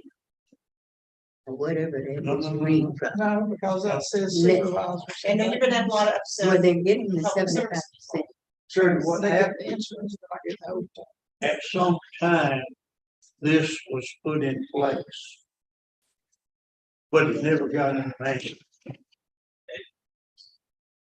Well, to pay these people. So we were paying people in violation of our Yep, Correct. exactly. insurance and in fact. that's what I'm trying to say. Mhm. Would it be fair to say that it was in violation? just put Because I No, understand no, that the there's manual not- was not, Resolution. that there was a lot of different resolutions floating around. And I understood the attorney raised her, his intent was to reconcile the resolutions within our ordinances. So that people will have notice of what the policy intentions were of the council at the time. And then to make a manual to collect and make sure that everything was consistent. So I think until the manual is finalized, there's been no violation because there's been no real working manual. At least for the last several years. Do I understand that correctly? It's functional, but it wasn't necessarily accurate. No, that's not. You can't say that because these haven't been adopted into the manual, but we've been doing it and it's not. No, what I'm saying that there has not been a very formally codified manual based on resolutions, because there's been all these resolutions. And unless you're a historian of what all the city councils have done in the last administrations of probably at least 10 to 20 Oh, this years. goes before Ray. It's before Ray. Before Ray, that's what I'm saying. I understood the intent was to codify all these resolutions and then include them in a manual that until what, June 2022 had not been updated. So no, sir, I'm not suggesting there hasn't been manual, hasn't been procedure, but it's been so informally applied that a regular Joe Smo citizen could not come and ask for something and then know how the council proceeded. So when I see the resolutions versus the ordinance, I'm understanding that the goal is to make it very principled how we make decisions on changing roads. How do we make decisions on making lights? And it can be always changed, but that the average citizen would understand what the expectation is for how the council makes the decisions versus whoever was latest here knows about whoever mama asked for this in 2001 that we now, and I think John's doing a great job, even though it's messy, of trying to make sure they're parallel. But I agree with you, the way it can come off is like we haven't been conforming to anything, but there has been, thankfully, because we've had people who've been here for a while who know what's been happening versus, I'm doing this because I think of Public Works as a great example. You've been here for a while, so you regularly recognize that, oh, that fee is not right, we've been charging this, or this hasn't been right, we've been doing this, but it had been codified. So even though it's sort of painstaking and it could seem at times like a waste of time or description of a blue dog, I think it's really good because hopefully once these resolutions are determined and the manual is consistent, then they can have another big vote, and maybe from here on out, we make sure if there's a change in the manual or resolution that this is always updated. Aaron, this probably, if you went back, you would find where the city council voted in the minutes to do this, Yeah, of course. in the minutes. And I've been covered it for the last number of years. I don't remember us changing the insurance. Did that come up in a meeting? Was that- No, the insurance. Keep in mind, it's the city manager's budget that's presented.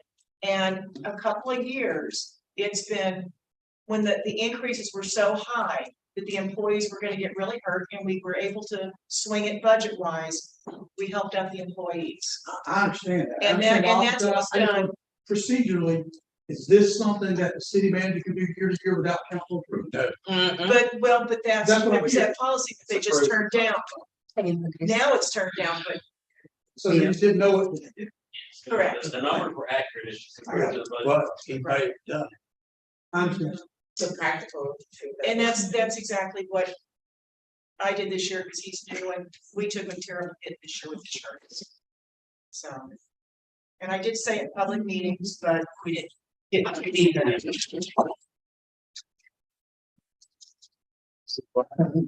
I'll make a motion that we pass this resolution 2326. Which will flow through to the command. Well, I'll just go ahead and fix the Are we removing the language in line one that said it was 3 supervisor employees in the police department? however. There's more than that. Don't use the number, say supervisor. Why don't you just go ahead and add captains and sergeants and detectives? I thought we Well, no, because then they're gonna lose their overtime. I just thought we were making it clean and look, everything. Yeah. Well, we'll change the definition of insurance at another time. Okay, that's gonna be. It has to do with the vendors, not our city.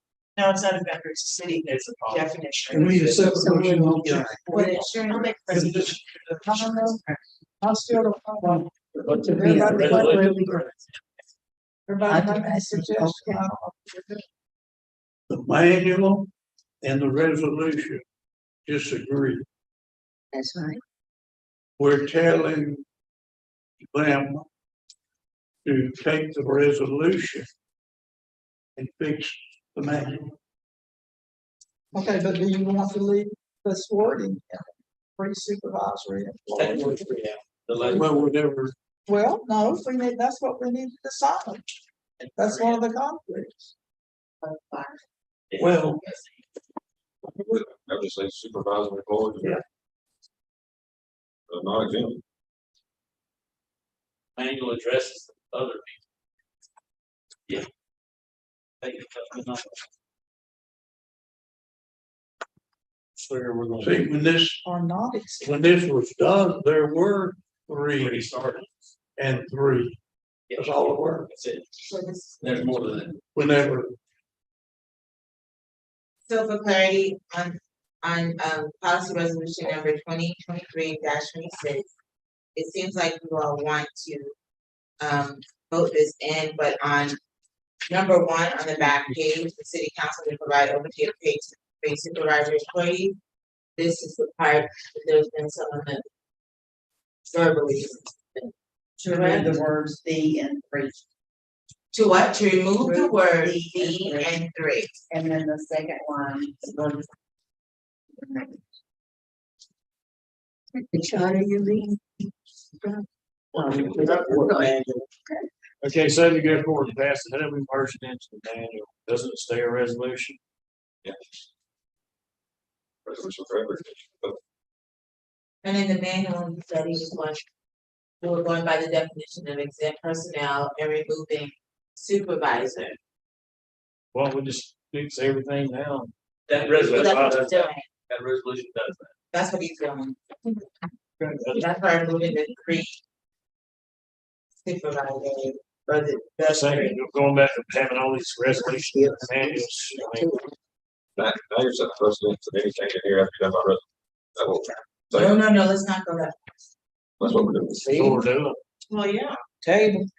well, No, we See. just answering this Making a change to the manual by resolution. You can do it that way, you need to do them all like that. Cause you can't do it. It says the city continually reviews its personnel policy, employee benefits, and reserves the right, sole discretion, and with or without prior notice, modify, supplement, amend, or delete any of the provisions contained in this manual or any employee benefit referred to herein. Who holds that authority? Who holds that authority? Who's the city? Yeah. That could be considered for it. Well, should this just be resubmitted then? Change the language and resubmit it? For vote? Not real clear. I would, I would like to table this. Make sure everyone's clear and all that. The city manager goes to the council, said city. John, can you bring this back? Appreciate it. Let's move on, please.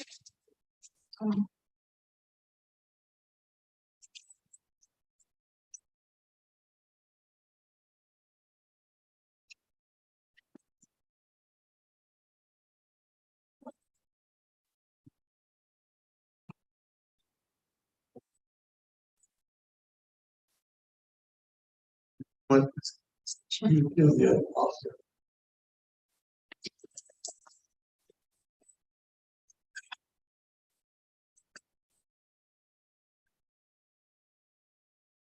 Well, it seems like all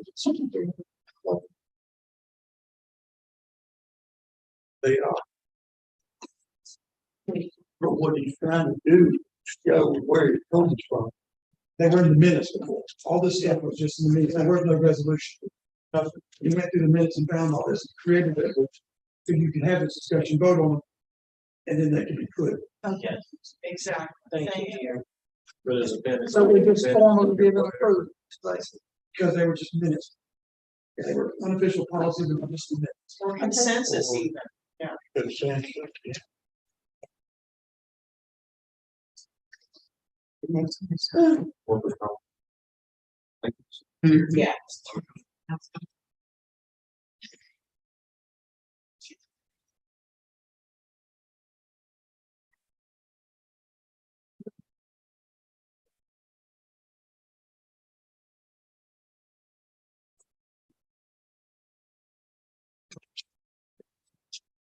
Is there a motion on this? What time? 27. 27.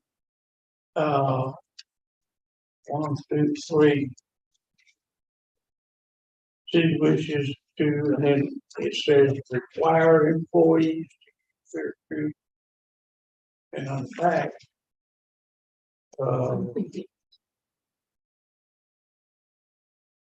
May use.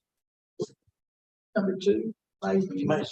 Right, One says you have to, one says you don't have to. well, So, that's what it is. this. I can tell you all about it. One says require, one says pay. Yeah, but that's not the issue. What the city was doing is if an employee went out on workers' comp and they received, say, 50%, the city just paid the other 50%. Come November, about the 10th or 11th of November, we had everybody sick. And if you went out to the woods, find them, you'd find them chasing the deer. And that's, and this was changed a long time ago. Is it that easy to get workers' comp with the city? Is it that easy to get workers' compensation? Yes, you could work it out. I mean, is it that easy to get it? It's easy to get it anyway. Oh, yeah, oh, yeah, yeah. Yeah, because we have no control over it. And We have all kind of. what this, It's not true, but when you're done picking up, that employees need to use their time and the city doesn't get paid.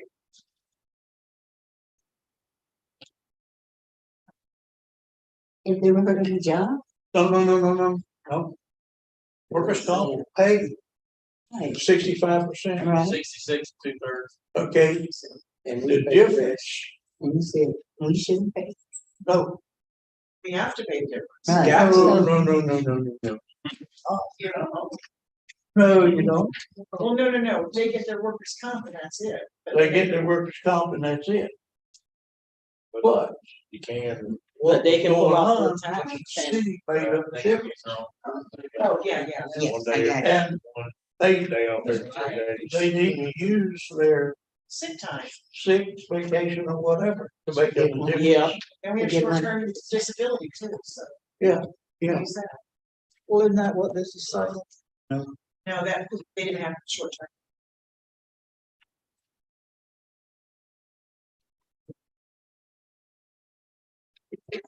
They had short-term. This is saying if you're gonna have a full check.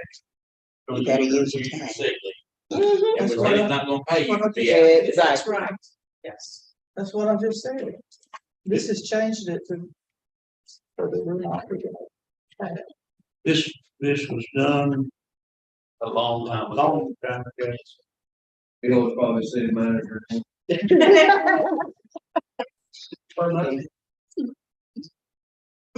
I don't, yeah. That might have been just before it got. Sure.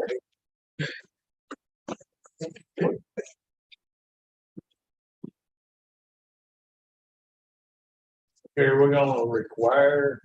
But they need to, For 3 sick leave, we're gonna let everybody decide. what they want. And it's probably. Anything. In that third paragraph, we changed the word required to A to match the second paragraph. Or shall. Shall.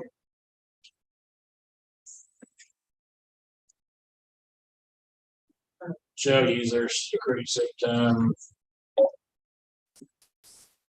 Only we gotta say three. But it's saying right here, that they're over. City's gonna- Close, not required. It's got to be. Just don't get the remainder. You get a 2/3 of the check. Minus your deductions. We all good with it? Make a motion to pass. Second. Okay. This is the way I would word it, I would check. They said a motion and a Yeah. It's a motion. Councilmember Bryant, yes, Councilmember Landry, Who made the motion? Or, Ward. What did you say, Ward? I didn't hear it. Just made a motion to pass 2023-27. Well, I got a few words that would change it. I brought those up. He put it Everybody in said there. they were okay. Discussion. Okay, first of all, in the third paragraph there, in the workman's compensation policy to closely, closely, closely aligned. Not close aligned. On front page, the third whereas, Above the NED. closely aligned with the policies of other local governments, period. Employees shall use their accrued sick leave and vacation time to make up the difference between workers' compensation and their regular pay. They were 100%. But saying shall, saying they have to. Yeah, that's what I'm saying. I don't want to shout. And can or not, shall. They're saying that they have to. All right, at the end of, just say at the end, okay, the regular pay. if they May. so choose. May is a good word. That's what I. That means they can or can't. Either way, that's good.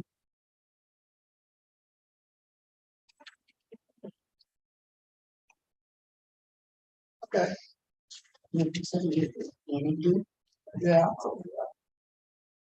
In May, So as amended, yes, Councilmember Landry, yes. Councilmember Woodhull, Yes. Councilmember Ketchum, Yes. Mayor Hampton. Yes. Resolution 2020-28.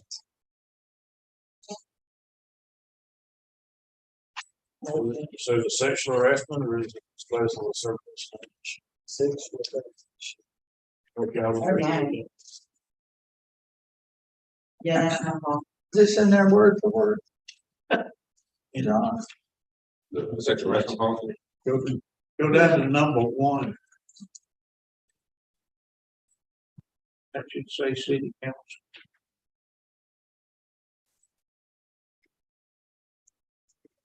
Already in there. Yeah. I would leave it like it is. it's in there as city council.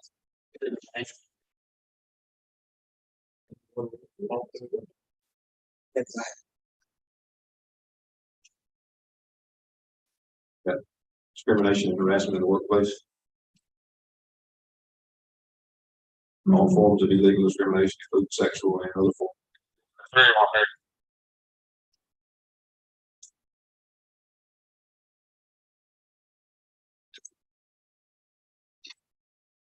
And this is specific to sexual harassment.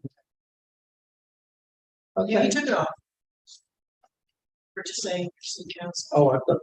Yeah, okay. but it's off in the book. What does it say in the book? It's in the employment.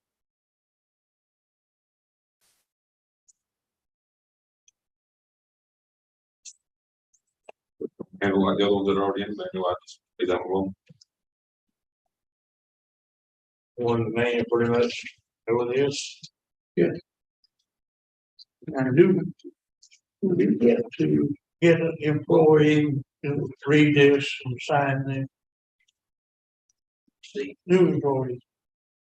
You Yes. said last time they did when they signed on and then once a year they were gonna review it. What's it sign? But instead of having each person on their anniversary date, you changed it to, we'll have a class once a year. Yeah, great meetings. And they, Yeah. and they sign in. Okay. And I think that's, 30 minutes, an hour. Mhm. Motion. Room 2328. Second, Councilmember Bryant, Yes. Councilmember Landry, yes. Councilmember Woodhull, Yes. Councilmember Ketchum, Yes. Mayor Hampton. Yes.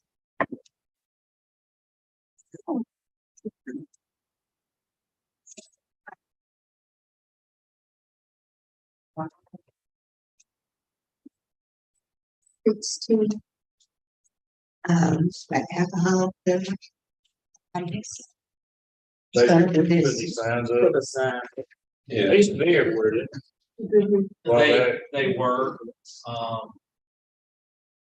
there is, unless it's been repealed, there's a state statute or administrative code that says that these signs must be posted as well. Included in our code of ordinances that's included in these. I think it's Sunday. What's the state law? Well, you would keep it in there, do a lot of research. It's, Most of those have these signs. there's a lot, but there's some good, they would have to comply. And but we have a mechanism to help Right. them get there. It's already there, we don't need to build It's, I know, I think there's a question by one of the new business. I haven't spoken. It doesn't hurt to have these up. Do we need to maybe reiterate it? I don't see why I'm going for that. I don't either. You'd have to create an ordinance to repeal that section of the ordinance. If you were to do it, so you'd have to create an ordinance, take that out of the ordinance. Why are we, you got something to use? Why we gonna get- Because it was asked of me, and we do want to follow it, every grocery store, every gas station, every bar need to have the sign up there, and right now they don't all have that. So we need to decide if we're gonna enforce it or not. Basically, everybody that sells alcohol in any kind needs to have it on there. And it's easy. Discussion with each location, say, hey, this is a requirement. This is how you comply. If you need any help with the language or wording or the definitions or whatever, we'd be glad to help you. It came in hard about it. And at the bottom part, city managers shall prescribe by rule the location for the signs, the size of the lettering, following that city guidelines, criteria set forth above. The original ordinance 578 deals with alcoholic beverages, had that prescribed in there as well as it relates to open painted on roads and language signs and everything else. So this is an ordinance that goes back many years. That's one that we used to heavily enforce when we had problems in certain areas, specifically around bars. Because we had we had one time, but hey, did you know you worked in there, this bit. Yes. The violent crime that went along with alcohol beverages outside of bars and stuff. Okay. And it was a tool that we used to help us manage problems and eliminate injuries. And it would be remiss for us to remove this requirement and not have them posted because it's a tool that we can use. This question's probably gonna come up at some point, inside the fence, like a privacy fence, around a place or in a outside the city area, is that considered being inside the establishment? I believe it has to be an opaque fence where you can't see through it. To be compliant. But you can there's been a local restaurant that's remodeled recently that does have that fence. It's a barrier that you can walk into and it's compliant. Yeah, and now private residence, there's no requirement. Unimproved property or property where there's no structures on it or vacant land. There's the ordinance that deals with alcohol beverages on those specific too. So they can't say I'm on private land, you can't enforce this. That ordinance covers that we can enforce it because no one lives there and it's not improved property or it's vacant. So we've got that covered. We've dealt with that for years. This is just a compliance issue with the sign posting. And I literally was just a few conversations with them. We can have this, and we have a mechanism in place to do that. Would we furnish the signs for a fee? No, we don't want to get in that business. Right. I thought they needed to be uniform. With their definitions and the requirements are in the ordinance or the code. But hand them a piece of paper. Yeah. Okay. Yeah, you say the city manager says all that. And the sign shop, local sign shops can ask us as well. And, but we have a relationship with one already that asks us regularly on sign. Right. So it's not a big issue. Okay. My biggest question was location of the sign. Yeah, Visible. it's just visible from a normal route of traffic up to the building would be the easiest way to describe They're usually at the front doors or. it. Near the front end. Or they're right there in the front entrance. Robert says you got to be 21 to come in here. Yeah, That's good. and that's under that one actually. Bar statute as well.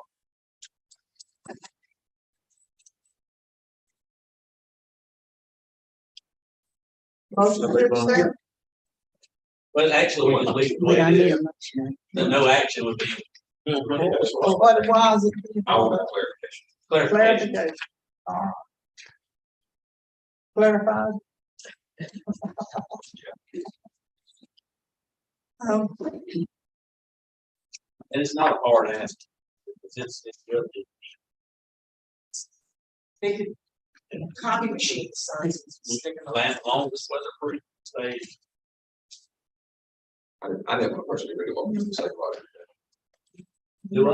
Say about that, say about Wendy's. I didn't want to see it on Wendy's. Yeah, when did it? Just like about. Anyway. moving on. Let's discuss the meeting dates for November and December. All I know is that it's Tuesday. And it's November. Is it 4th? 28, 26. It's the week before Thanksgiving. Yeah. Just First Tuesday. But, yeah, Thanksgiving dates. that first. And what's Why the we date you changing want? meetings? Why we changing?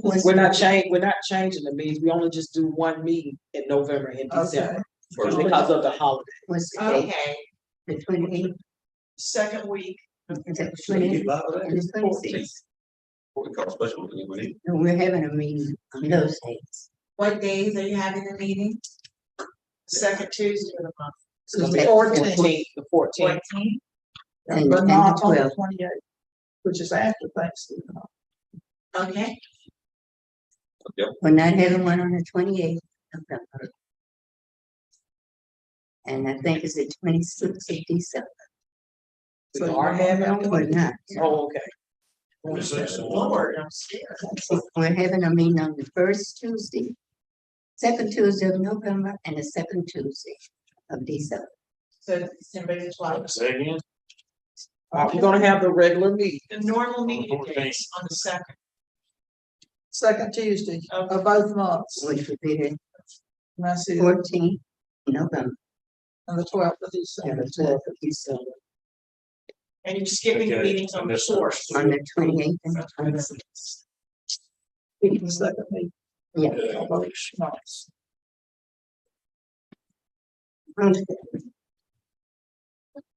Yeah. Do you want to memorialize that? Do we have to make that Yeah, we do. Yeah, who made a motion? me? I made the motion. The second, Second. Councilmember Bryant? Yes. Councilmember Landry? Yes. Councilmember Woodhull? Yes. Vice Mayor Gentry? yes. Okay, approval of minutes, October 10th. Motion. So, Councilmember Bryant? Yes. Councilmember Landry? yes. Councilmember Woodhull? Yes. Mayor Gentry? Yes. Vice Mayor. Yes. Have anything, Mrs. John? None. Ready. That was you. Gotta get started. Kenny? Nothing, thank Chief? Yes. you. Yeah. Oh, he's standing up for it. Hopefully, I got a handout.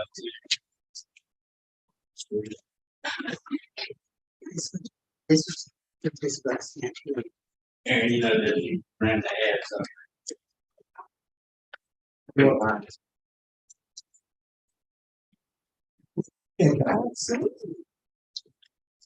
Oh, yeah. You going? Brandy does. I already get one, Brandon. Good, my bad. Thank you.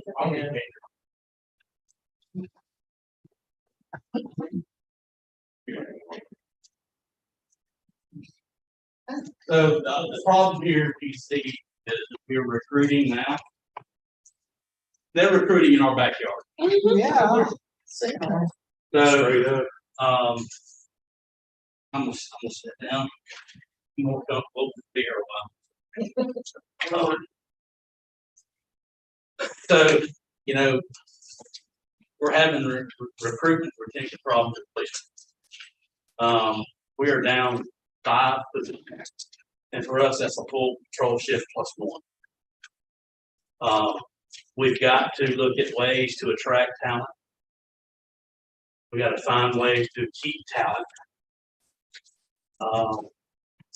But we're not going to hire warm bodies. If they don't have the temperament, they don't have the character, if they don't have the ability to follow the rules, if there's ever been problems anywhere they're working for, we don't hire them. We can fill positions, but we have problems. Yeah. I can tell you right now, if I'm going to be sued, it's on my terms. My terms are what I hire people to solve this problem. I've got a proposal and some discussion about the proposal. I expect will be a little heated, but we've got to do something.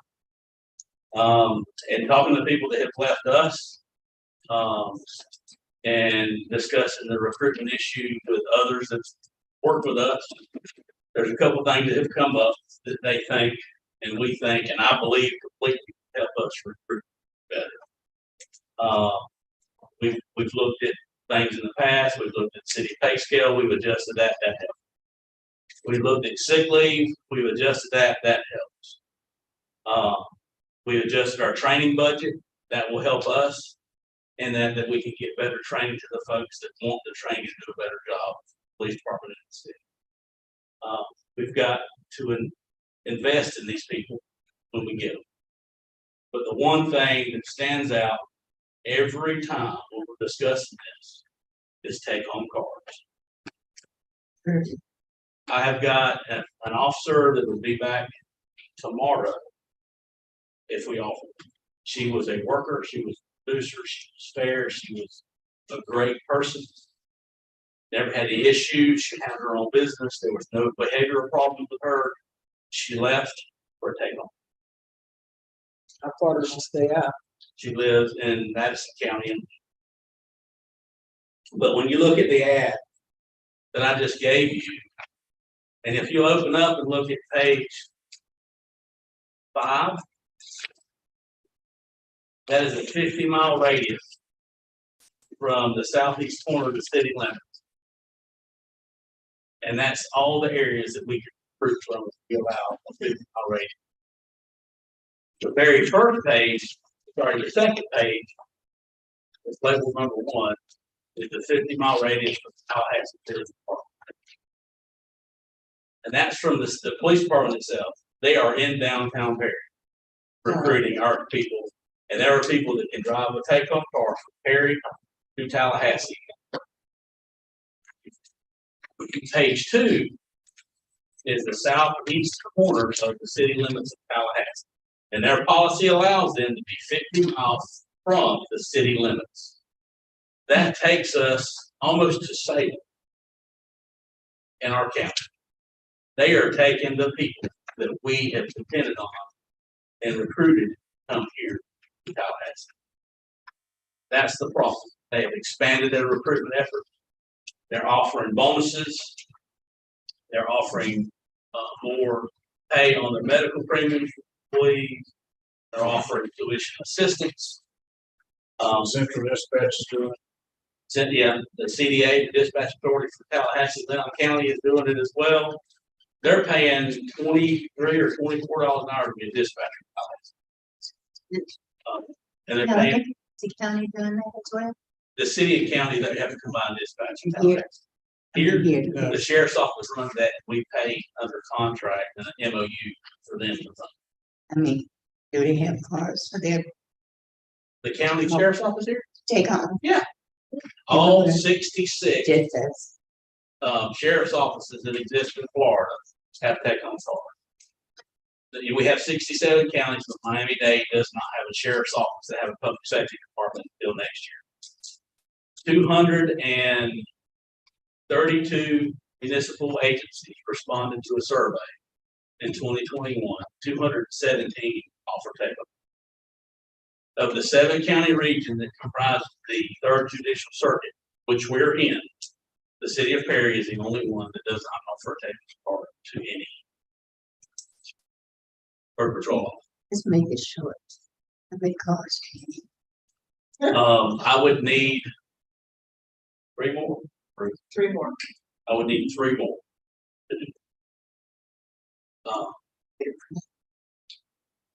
Look, the problem we have right now is when we find a vehicle, by the time we get a bid together, they're gone. The demand is high, the availability is low. We found 3 patrol trucks at a dealership in South Florida that was part of a contract with Charlotte County that you piggyback off of. But that's for the current budget year. We need 3 more in addition to that, those. And he's got 2. Have you ever thought about a car, a regular old car? We've tried cars. Chevrolet's not making police cars anymore. Ford's not making police cars anymore. Dodge makes police cars. But Dodge, we don't have I it didn't either. say police car, I said car. A car? It's a car. regular passenger. Okay, if we wanna do that, then we want to put a speed rated, non-speed rated vehicle on it. I don't want an unmarked car running around here stopping people. But that's something we can address later. That's not what we're talking about now. We're talking about patrol cars. So we're talking about the cost of it. Yes, sir, we Different are. cost between the vehicles. We are, and we're talking about recruiting and retaining officers, is what actually this discussion is. And this is a way for us to do that better. That's what the goal is here. How can we get? I thought we had someone that we hired and from sending to school. Did that ever happen? She was injured in the academy. She's on light duty. She goes back in January. So she's still there. We had one that never showed that we hired, never heard anything from her. We don't know where she's at. But we hired another one that was injured in the academy. We've got additional that we're looking at now. But we have about 50% of the people that apply that are eliminated after polygraph. Okay. Then you get to a psychological and you get some background stuff and you're eliminating 15 to 20% more. So before we had 10 to 15 people applying for a position, we have probably 3 people applying if we're lucky. And we may get 1 and we may get none. We can't just hire people because they apply. I will say this, our standard is higher than many, many places. It is, certainly. We try to hire better because we have less problems. You were here, city manager, when we had problems before. That's when the standards were adjusted. We started having less problems. So it's worth every bit of that investment.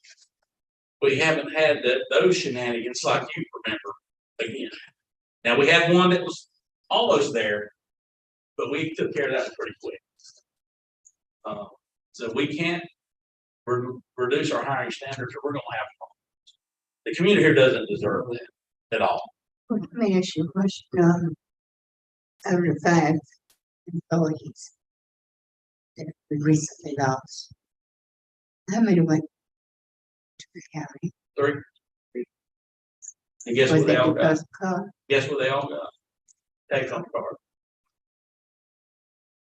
For so long, we were very competitive in our salary and pay for officers, but now that is gone.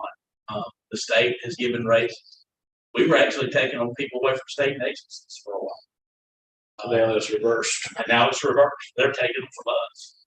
And simply looking at what FHP offers right now, and you'll understand. Yeah, depending on where you live, you get an extra $5,000 on top of your $52,000 a year that you go. That started. You get take home cars. They give you extra $1,500 annually for your uniform allowance. We don't do that. It's here's $1,500 here. It's yours. Get them cleaned. Get them clean, whatever you want to do. For every additional assignment they accept, that's an extra $2,000. We don't have those assignments. We don't have a quick reaction force. We don't have commercial vehicle enforcement officer. That's extra $2,000 a year for them to do these extra. They pay overtime. Their call out pay is $2.5 hours for every time they get called out, regardless if they're 10 minutes or 2 hours, it's 2.5 hours. So how do we become, and they pay up to 6 credit hours per semester for college and send them to college too. They pay their tuition. And it's tax exempt for law enforcement to go to college and somebody else pay. But they're FHP's doing it too. Tallahassee does the same When thing. did we stop that? It's been stopped for a long time. So, yeah, right after that. I have a question, Yeah. Chief.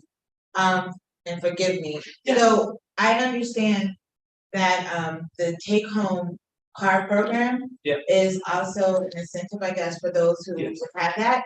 But the tradition of that take-home car aspect, was there anything attached to the availability of a person off duty to get to a place fast? I'm trying to see what is the whole thing Yeah. about the take-home being the difference Oh. between someone. So, a lot of it started out as more marked vehicles than they were, Okay, you know. And it increases availability for an officer. If we're called in, they go straight to the scene, I have to go to the office, pick up the equipment, and then ready to go right then. Just look back to the events of Labor Day here, when we had this mass hurricane and the strikes we had. We pull cars. We can't put every officer fully staffed on the road at the time. Somebody's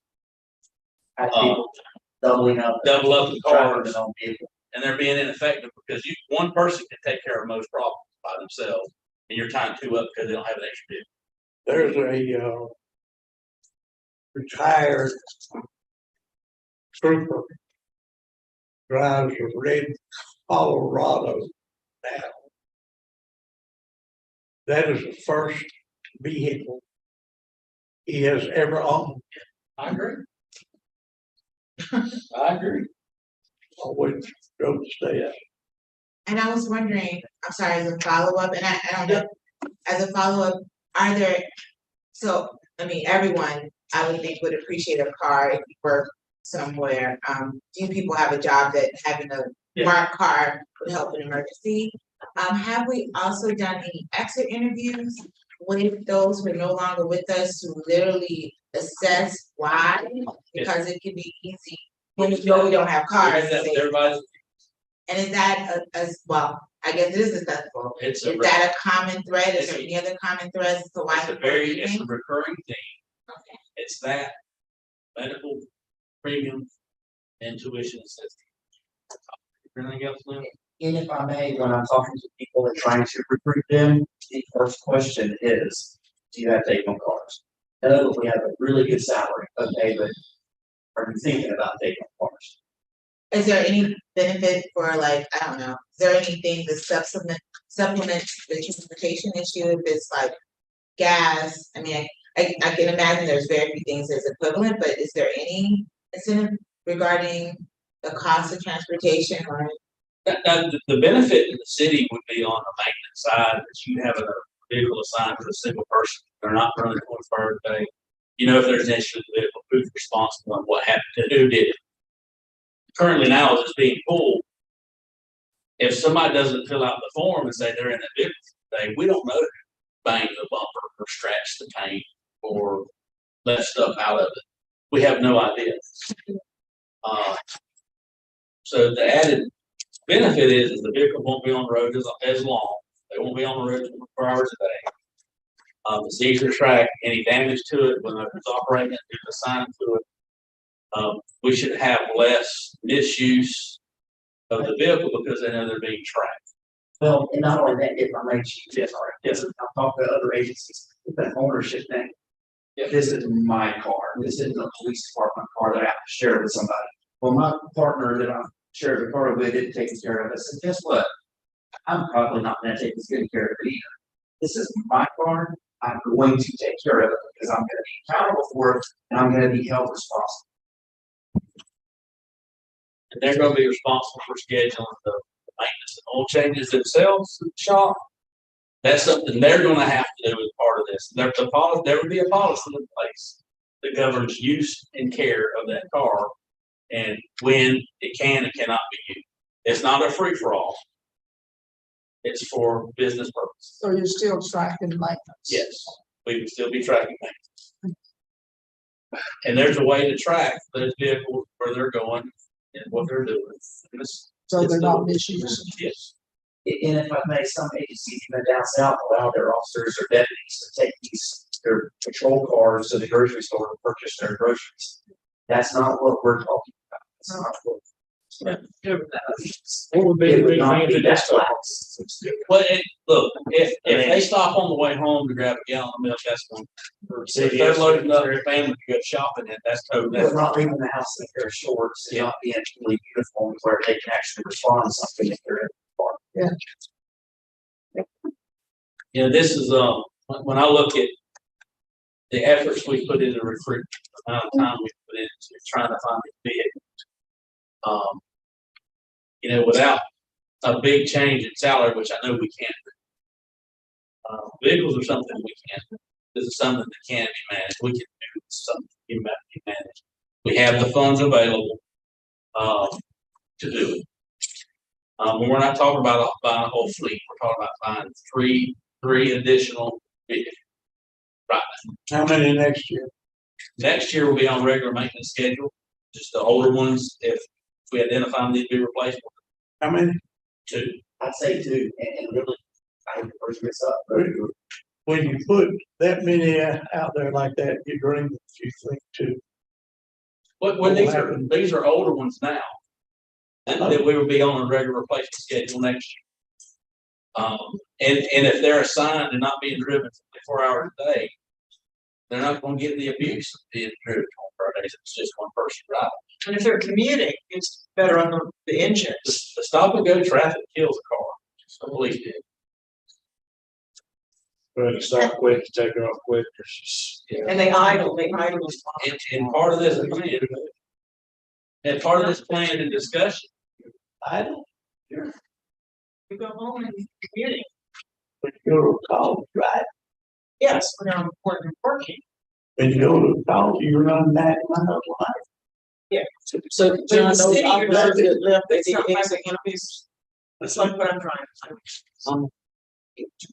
So what do you add? so in addition to this, and I've talked about it with Danielle and John, and we've had it in our leadership meetings, that 3 years from now, we can rotate trucks out and give them to public works. These are 4-wheel drive police vehicles that have a full bed on. Are you looking to get 150s or something? Yeah, on that? 150 police truck. I want you to pull the striping off, they can be used for city utilities or anything else. So it's not like we would keep them forever, we could cycle them through and benefit the rest of the city as well, which we've done before. With meter readers, with the car we used to get and stuff. So you say you've got the money to purchase the vehicles. The money, yes, He saved money from the radios. yes, Okay, do you have the money to hire 3 new officers? we have the money. It's in the budget. Okay, so what do you need from us? The approval to take the money that we had allocated for police department to purchase these radios and installs and apply that towards the purchasing additional vehicles, is what I need. So what are you gonna do about the radios? We've got them on the ground. They're being paid through the state. We got an State's appropriation, paying for we it, got an appropriation bill so approved. we didn't have Yes. to, We didn't have to spend. And it's all ARPA, remember? We're still That was talking about. County City, It was everybody was covering. public safety in the county. Right. Motion to do it. Second. Yeah. I have a question. Shirley has. I've been trying. But everybody's talking, so I can't Where say a is it word. now? Well, thank you, ma'am. The cruisers. You said you can't get those anymore? No, ma'am. They Did I don't, see? they don't make, Have to go out of Florida. Right? they're Chargers, Dodge Charger. We don't have a Dodge dealership here to do maintenance, warranty work. We'd have to tow them to another place to get them worked on. They are so neighborhood friendly. Yes, ma'am, but we have a Chevrolet and a Ford dealer here. There's a problem with the What is that, the Tahoe that we got from that? Dodge. The DUI Yeah, Tahoe, what happened with it? we still got it. It's almost 11 years old. It's still running? It's still running. It's a 2010, and my position still drives it. 13 years old. Yeah, we're still Okay. running it. Okay, there was a motion. okay, wait a second. Sort of making cars on the. Yes, ma'am. When we do this, is that going to approve all of your cars that you have now? They'll be take-home cars? Yes, ma'am. Okay. Yes, ma'am. I believe What that's kind what of vehicles are these? Ford pickup trucks, patrol Ones responders. like he already got? The Dixie County, or sorry, Cross City Police Department has them. These are police approved vehicles. It's not gonna be like the new ones we just. Twenty has some, yeah, a lot of them. These are 2022. Mhm, These are not, they're still new. They're sitting on a dealer's lot. We got a heck of a deal on the contract in Charlotte County. mhm. We coming straight from the dealer to us, and they're gonna do the striping and light install and everything part of that contract. Just ask They'll them, deliver ready to go. just ask them if they would get the kind of straps you can take off of that side. But we got those, that's worked out. We were able to do that. The old one, I've seen both. yeah. Okay, we have. Bill First and made a second. motion, I made a second, let's go. Councilmember Bryant, Yes. Councilmember Landry, Yes. Councilmember Woodlawn, Yes. Councilmember Fisher, Yes. Mayor Hampton. Yes, And I'll be quiet. thank you. Good work, I hope we can. Very hard. I think it's a good idea. You get deputies that way they can pass down and have drugs. Unless you all have something important. Okay. Yeah. I was asked to investigate the road behind Cashway. And we cambered it and the line's still active. I think this little sketch, if you want to look at it, there's two houses that connect to that service line that are active. Really trying to drive away. In case it does come down, go across. Go ahead. Go ahead, Sharon. But I was like saying, he wanted, I believe he said he wanted to build on that road, and if you do that, he'll be able to talk to sewer. No, that's not what he said. What is he really want to do? Build or use. There's lines there, he won't build on it, you just use it. That's what I heard too. I said that this morning. And he uses it now. Yeah, and you always want. And I know. he wanted to No, link it in too, so he could protect his goods. That's what I heard, but So it's already chain link. I was about to say it's already. Yes. Yes, he was. okay. Well, just the one he's already got. When I went back and looked at it. But that's what we found. So sewer line. What about Faulkner? Excuse me? Faulkner. What about Faulkner? That's some of the, that's actually the other warehouse he's got. Can I see that? I'm so sorry. They're talking about Faulkner to Homer J.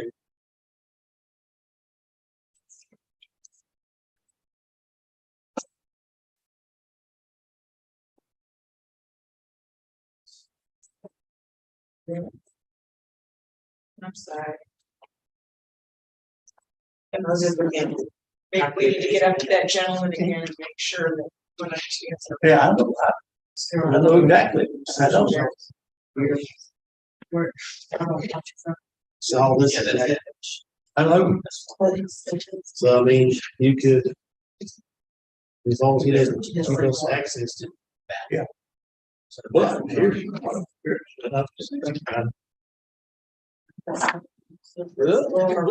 They, right, way. Especially go home. Trying to hit each other with it, okay? Thank you. What did I just? There's a work with these two. That's right. With the power. They don't want to wait. I don't want to wait. I can make him aware of it, maybe. Yeah. Urgency. Go ahead. Go ahead. I'm sorry, there was a lot of talking, so, I was still late. So, the sewer line is connected. What was your suggestion? I mean, you just made, but I just wanted it to be very clear. Well, you could put a structure on top. Right, but I thought I just overheard a potential alternative. There's only two houses hooked to it. So, depending on if these people are willing to sell their houses or there's, that's the only way we could he could get the road and he could build a structure, because then the main could be abandoned. There's no way to have that sewer running on another line anywhere adjacent. I would have to do some excavation. There is a barber shop over here across the railroad track. They have a service, but if it's not deep enough, there won't be enough fall to connect. But I'll have to dig it up, shoot grates. Are those houses occupied? Yes, sir.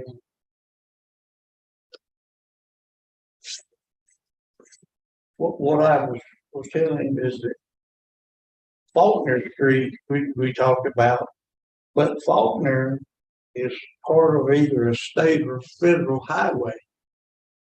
They got the right of way through there some.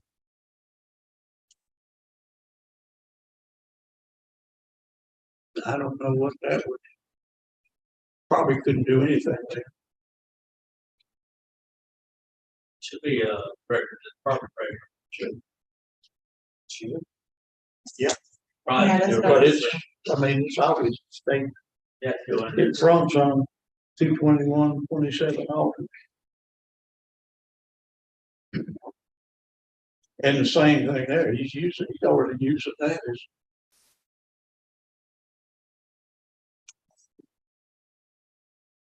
Any more discussion on it? We You done? get Bill? I'm sorry, before the council, can I? Before, are you going to council members' comments first? I'm sorry.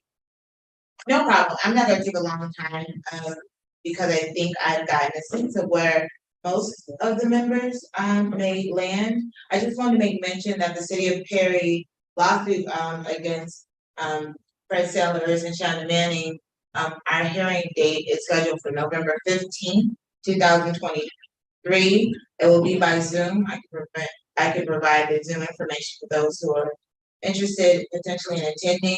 Our goal, when I say our goal, we have been in the midst of talks and mediations with John Black, the attorney for the defendants. If you remember this, I'm sure you do, you all were here more and longer than I have been, but this is the Baker Street matter where there was a nuisance or a grievance filed with the police department, and what turned out initially to be an enjoyment or an injunction against a nuisance turned out to be that the city of Perry actually owned the property that the residents, the defendants lived on, because it was actually placed on the wrong lot of land. It happened way long time ago, and when this particular house was created or built in 1952, I think it was placed on the wrong property by Horace McLeod estate. And they did do a title search, but they didn't go the extra step of doing a clearance because their family had lived there and there had never been an issue. And then there was an issue of right of way, even if the city was willing to just switch property, like, okay, well, you're in the wrong lot, we'll give you our lot. Because the lot that the city had as a part of the subdivision give access points to other property that's attached. So I believe it was 2 months ago that Councilmember Barnes had asked and inquired about the lawsuit, as well as made his opinion known as to whether or not he felt, one, there should be potential ejectment of the defendants, because I believe the law provides over an abundance of support that we would have the right to eject, even if there was no nuisance issue, because there's no adverse possession when it comes to government-owned property. I believe on record, at least since I've been city attorney, he's the only council member who's given an opinion as to what, or at least to the extent that the city could move or should move towards ejecting. I think based on what the police chief has said, that the nuisance issue had been somewhat mitigated since then, maybe because of this lawsuit, or in addition to some of the people who are complaining no longer being alive to continue a complaint.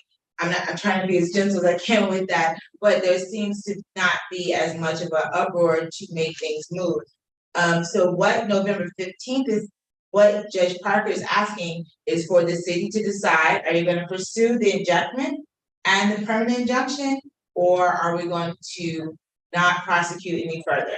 And so my goal tonight, if I could, and I particularly am noting that we have now one meeting before that hearing on 15th, that, if there are any council members at this time who have an opinion as to what they see as one of the best ways to resolve at least the question of whether or not we want to pursue the injectment aspect, I would love to hear from. So we have two counts, right?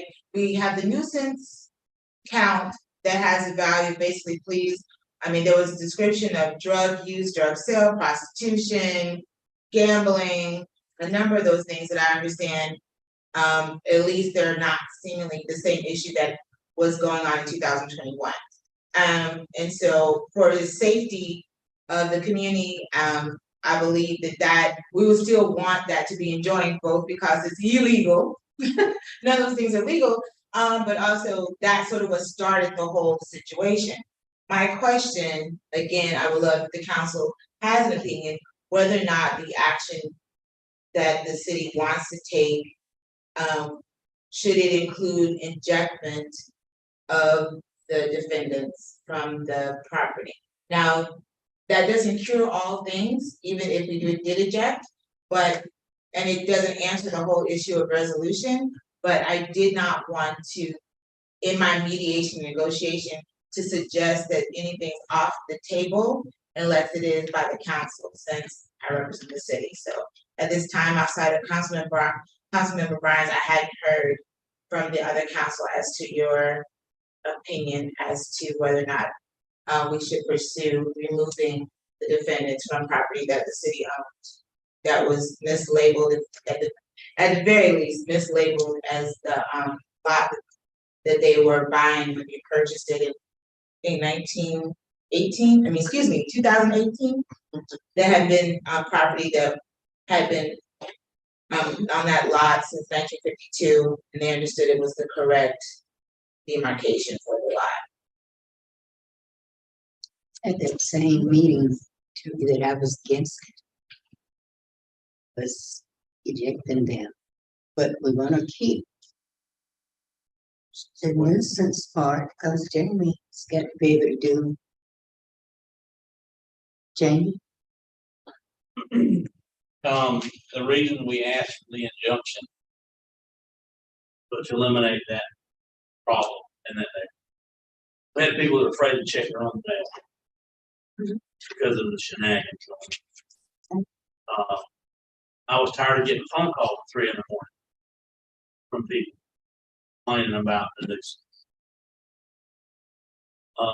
I think I would surmise, or I would guess, hazard a guess, saying they're on their best behavior because there is a suit, and they're keeping it at bay and abating it themselves because they don't want a judgment against them, and they've seen other they can. But what happens when this is no longer in effect? The citizens that live in that area need to be safe in their own home, the ability to enjoy their property from others, and everything was going around that piece of property where that house is not supposed to be was causing problems. The council can make whatever decision they want. This is your decision. But from our stance, is we enjoy not having the nuisance there. Yeah. Have there ever been any arrests? Oh, yeah. Oh, yeah. Oh, yeah. But that doesn't, Arrest for many different things. but that doesn't deter No, man. problems. If you have, are you familiar with the broken windows theory? Broken windows theory basically says if you have a broken window, someone's more apt to break the next one because it's already. So unless you eliminate the nuisance and you keep it from being in that area, other people do. And that's my view and stance on that is, it's now the people that own the property around that, they can enjoy their own thing. They can be outside and not scared and in fear of what's going on. And they are not subjected to the will of others. They can enjoy their own property. I want that to continue. And if it continues by coming to a resolution on this, that's fine. But that's my concern, is we won't have our citizens enjoying their own property if we don't do this right. So I can't give you an opinion, I'm just basically saying is I'm enjoying the way it is now. But why is it the way it is? In the opinion, of course, that I'm looking for, and again, you don't have to be prepared to share it right now, but that was what I was prepared to ask, and that's what I will be asking to be on the calendar for on the 14th. And also between that time and this time, remember you all still have hours that you could be with me individually as council members, but I will provide you more information on the different opportunities for resolution, because again, even if we were not to eject, we still have an access problem when it comes to who owns that property. But that doesn't all have to be resolved by the 15th. And there's a way that we continue even with the lawsuit with in mind, there's a resolution, but by the 15th, the court is asking, are you still wanting to pursue? And I'm thinking the biggest question mark is ejectment, because that also potentially would require the city, if we did execute the ejectment, that we would also be responsible for potentially providing some financial compensation for whatever improvements to the land, and I don't want to get into a whole discussion as to that. But if you don't mind.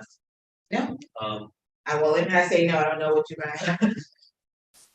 Just a couple of comments, is we have backed off on that piece of property in that house on code enforcement violations because this lawsuit. We didn't want to seem like we were picking on them. But if we go back and look, there's probably gonna be a minimum housing standard violation there. But to err on the side of caution, we haven't pursued that because it hasn't been a lot safety issue to identify that wouldn't be all over. Jamie, as long as you hold them and the others in this city to the same standard. Yes, sir. And you're not gonna do it because you can't, too much of it. We can try. Have you been to that neighborhood lately? I'm sure you have, but Yeah.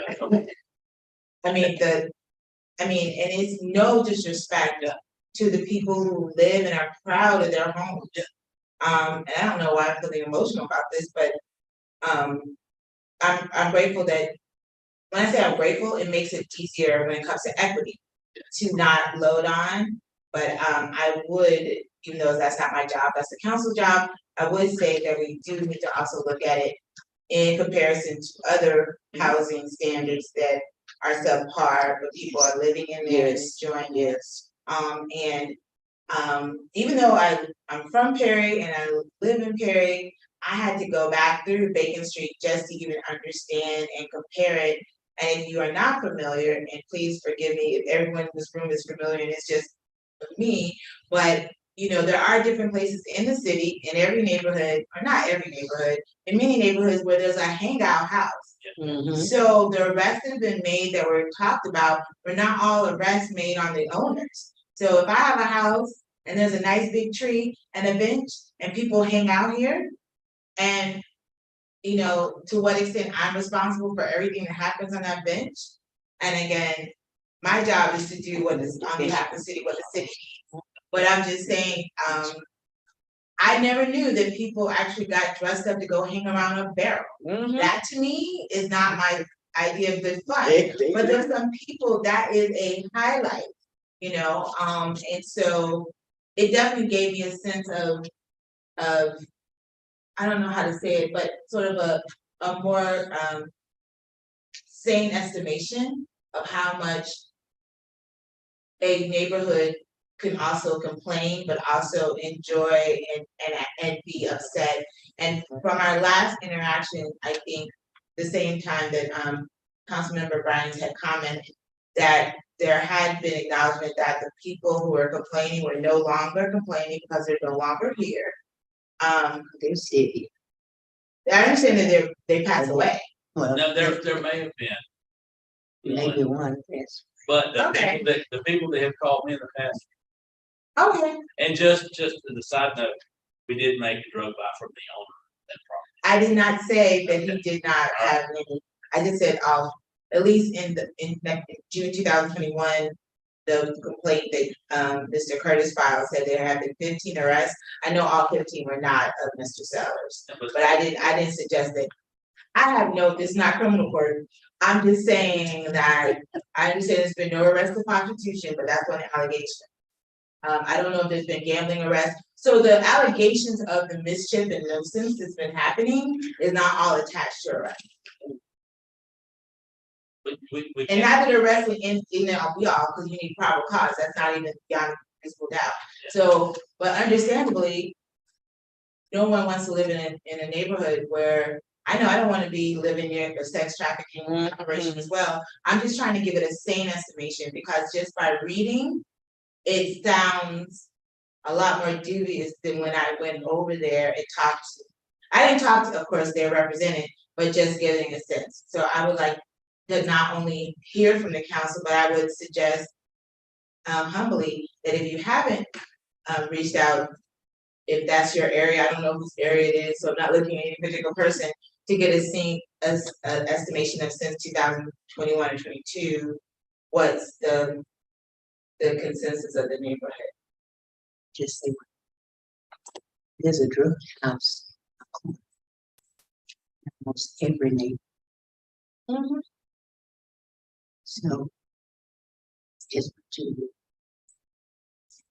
And help me with that line of direction. So does that give you a sense that you, I think Jamie did a good job.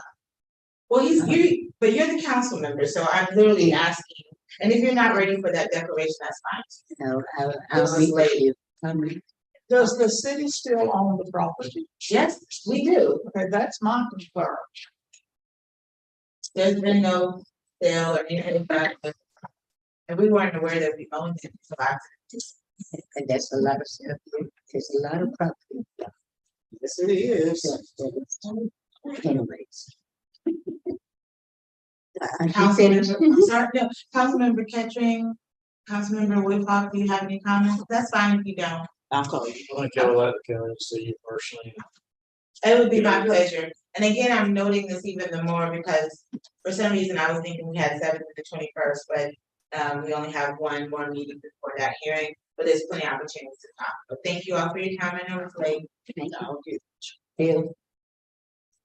Just a word of wisdom from the wise. We've got a lot of employees out there working chainsaws. I don't know if they're wearing proper safety. And if they're not, we need to stop it. There are two people. Those that have been cut and those that are gonna get cut. yes, sir. I've been cut. We actually discussed this not too long. You didn't call me. I was in the knee. And the other thing is, when we get these personnel rules in final document, we need to send them to the insurance carrier for their review. Now, there is I say a firm, but it's only like 3 people. And they review things like this for the school board and the county. And the last time I had any deal with them was with the senior center. They are the experts in personnel law in North Florida. Krisner. I don't know. It'd be worth sending it to them for their review. If we get in trouble, we'll have to use them. I can find out the name of it, but I don't know it all. Were you there when they? Excellent. We've got one that starts with a K that we use for personnel stuff. We'll have to look. That's all that company, Tallahassee does. Yeah. That's all. That Jackson. I'm not sure. I don't really deal with much. I just made those their names, but we'll look it up. But that's a good thought. Yeah, for sure. Yeah. And luckily FMIT is a big agency. I think. I'm pretty sure. But I know we've dealt with it over personnel issues over the years. They're the go-to person. They're good for them, right? Where are we on the weather cam? We haven't had an update, but I can talk with John about on that. If we not, is I it? think the hurricane kind of confused everything. Cause he was running through his office for the funding, but we'll see. I'll ask. Okay. That's all.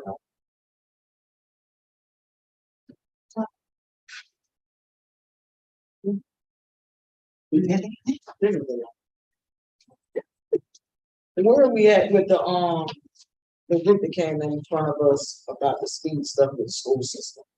All that's been put on hold because there's a rule.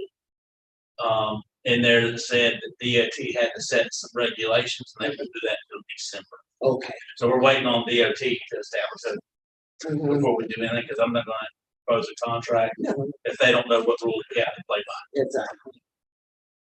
Are we still working on the situation with the Jergens stuff? Splash pad and the plumbing and all things. Where are we at with that? That was Anthony. But you know, he's no longer here. They got a pole barn Yeah. for the playground Yeah, that- yesterday. That commander Okay, for the play. all right. I do know that he sent over for Elizabeth bids and told her what to not want to get. Or I did see that in this email. Are we still looking for anybody to start working on that project with the Jergens? For, The splash pad, the plumbing system and everything. it's gotta be bid out, It's gotta be bid out and cause I think, I don't know where Anthony left it. I mean, he didn't give me anything. But we need it. Well, he's gotta figure out who's gonna be in charge of recreation right now. He just hired a guy for, yes. When did Experienced they, person? what's? You don't think that's something you ought to tell us about? Or should we hear it on the street? what is it? That's just common courtesy. Or attitude, John. What Is happened? the experienced person, Jane? This person you replace him with, you got a license? They have to report. Oh, we, Well, who do we who hire? do we hire? You just said, Penny just said somebody. We set interviews. We done interviews. I'm I sorry. guess that's where we're at. We just Who set is interviews. Anthony? And And why why do do you you know? Anthony will Sorry, be, yeah. And he wasn't told he And got, I- and he gave a 2 weeks notice. I understand And he that, didn't leave, he did common courtesy. That's all I asked for. this is the And that's thing. I a just- poor attitude. Listen, this is the thing, the communication with this council and this group is awful. There And is none. it needs to None. be corrected immediately, because there's a lot of things that are going on that we are not aware of. And I think that we need to know these things. Amen. It's an embarrassing to me. I don't know how everybody else feel about it, but I get embarrassed when things like this happen in front of everybody. What level This do is you- things that I didn't even know Anthony was gone. Until you just said so. And then when you went asking about the. Yes. What level of employee you want? We're not even Everybody in the community. Let's put a webcam in your office. No, John, that's poor attitude. Yes, it is. No, you're showing me poor attitude. When a department head or someone with a license like that leaves, I didn't say, I said, or someone with a license. It's a long time. Where are we gonna get somebody with a license? How many have we got, applications have we got? Bill, you don't have to have a license, you have to have a qualification and all the men. and You don't have to have a license to operate the plant? Gas, Bill, gas. Gas department. Yes. They have to have a qualification and all men in the gas department have that same qualification. So what about Anthony's position? You have to have a You have to, degree or anything? you don't have to have a degree, but you gotta have, You don't have to have that. you got to know how But to anyhow, work on gas. That's what I'm saying. But anyway, gas is not like water. And they still have to do this. He was the supervisor. The supervisor of the Yes, and rec. And Parks and Recreation. And I'm sorry, I'm still reminding, I just saying one word names is not helping. Okay, so gas department and recreation was what he was over, he's no longer there. Thank you. Yeah. That's another, that's a County. freed up vehicle for you. Sir, A freed up vehicle for you. I don't need that. We gotta have it, yes. Yeah, yeah, gotta have it. I appreciate it, but I don't need that. Okay. Remember we had That one was- repair. Yeah, I was never saying. I'm just gonna be a nuisance. Marty. Did, he left 2 weeks ago, do we know why?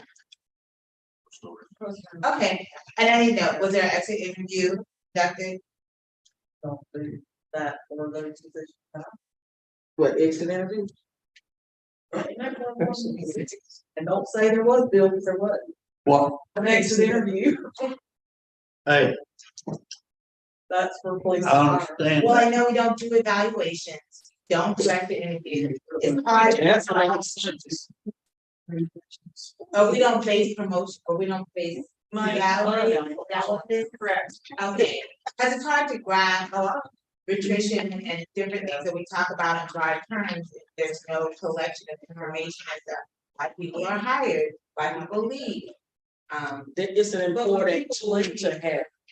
You have a right to leave, I was just wondering, And the time frame, by the time you do interviews and all, they're gone by the time you get somebody hired.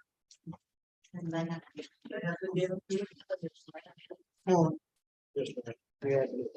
Go ahead, somebody ask me. That's just a hurdle we got to overcome. Just sending out an email and letting us know what's going on. There was nothing you can do to change it, so just do it for. No, well, because if somebody meets you on the street, says, you know, why? Do what? You know, we need Should have been we need to know. That's all, that's what level you want to know. Do you want to know what a police officer quit? I think so. That's up to you. Yeah, that's very important, John. You got a police officer quit. I would just note that too, because in my coming upon this great group of people, in the very first few meetings, all I heard about was employees not being retained because of complaints of overall overall work morale. So I would think tracking and assessing people who depart is important so that we have a general knowledge. It was so much made of it. I was making note of the few people I was hearing about. So I would just suggest, both on the legal side and just the practicality side, that it should be noted, it doesn't have to be in meetings, but it should be noted to the council, because again, how can we have a practical assessment of what potentially is causing attrition if we never have any real follow-up, even if it's not an extra interview? And I would suggest that very strongly, because often those departing people will come back with a nice little juicy lawsuit. And then that's not the best time to first hear that there was a problem, even if we summarily dismiss whatever their claims were. But at least to have, and I don't have to know it, but I think it's just, it should, the pressure should not be on any one person to assess that. Oh, That's true. get it right, because you're gonna do it. Sometimes it's a good thing when some people leave. I'm sure, That's true. I'm sure. And that wasn't the case with him, but just take a break. Yes, sir, I'm very sure that's the case. Was the reason? Personally. And it's good, move on. But you all should know. Okay. Well, I was asking Diesel asked me about street lights when they're on certain. A massive amount of. When I contacted the energy Thursday or Friday, they weren't aware of any. And No one had wants to reported know, people, are you talking about the ones that were taken down in your area? No, well, you know, the post got broken. Oh, They just never put you said street straight lights. lines. They replaced the poles, they had to put street Yeah, lights. right. Okay, when I contacted, Danny Collins with Duke Energy, he said they weren't aware of any of those for me to get the addresses. So the one gentleman that called me, I went and I did not see any lights laying by his pole. I saw a light on the pole. So I need addresses for those to report to and call it from that, yeah. It's right down Jefferson Street, you can see. No, those are just, Those are basically on, that's gonna be a lot of addresses. And that John and and I are there's working still a on, lot but of. until it's done. And I wrote out there. Just for point of discussion on the street lights. Used to be able to go on the website for Duke and choose a pole or a light that was out and have them do maintenance. The ones on my road, I went to do that, they're non-existent anymore, so they know they're not there. Uh-huh. Well, even before They the. just- storm, So what you just call her and there, tell her you the can have a area? light. Well, I know that I've reported these for maintenance issues, they were repaired, so I know these were there before. So they just taking it off the map. Yeah, that's what it looks like. Are they using dimmer light bulbs? I haven't seen, I don't know, it's, Because Thomasville Lane, it is dark. I can tell you that I have no lights. Remember they did all When those. when they first put it up, it was very bright out there. But now it's like, it's darker now. I don't know if it's just because it needs to be cleaned off or what, but the road is darkened. Are we still paying for them? Oh, yeah. I assume so. And you're paying, if you got one in your I'm truck, you're paying for it. Sorry? Mhm. City. I didn't know if there was some cities out in the neighborhood. They are. Well, Did I not, what you got? I need an itemized list of lights. we sure do. Well. Can we get that? Well, in Ben's spare Oh, time, we have. Ben, Mrs. the O'Brien. street department. No, yeah, I'm talking about lights we're paying for. Oh, we've got A list. hundreds of them. Right, that's what I'm saying. Yeah, and we need a list of the ones I mean, that I spent some time are, going around parking up. We need the ones not working. yeah, Figure it out. yes, I need the ones that are not working. That's what I'm saying, if I had a list, I could mark it. Since the hurricane Sounds like came through, it looks took out a bunch of limbs off those overhanging oak trees, mine shot. Yeah, and then that's got, see all kinds of stuff. Daniel, maybe our insurance guy's done that. Maybe we need to talk. I'll try to call it. MIT and see what. Yeah, because I noticed a bunch came through today that were for street signs, street lights, but I don't have the detail of it. Let me see if that gentleman knows. If not, Ben's gonna have to go through and get poll numbers or. The pole, Address. there you I understand that. Yeah. So what you just say, broken? What a mess. It's just a big mess. Well, just like people are getting billed on their electricity when you've been out for 6 days. Y'all pay me overtime and I'll go up. We got it. I got We do have a basketball lot. the fire department. Yeah, I just wanted to, I just wanted to say that, you know, we got a delegation, I guess, going to England to try to find a buyer for the bill, and I really hope and pray they find someone. I've had people texting me information about different bills around the country and around the world that have closed this year. Oh, paper.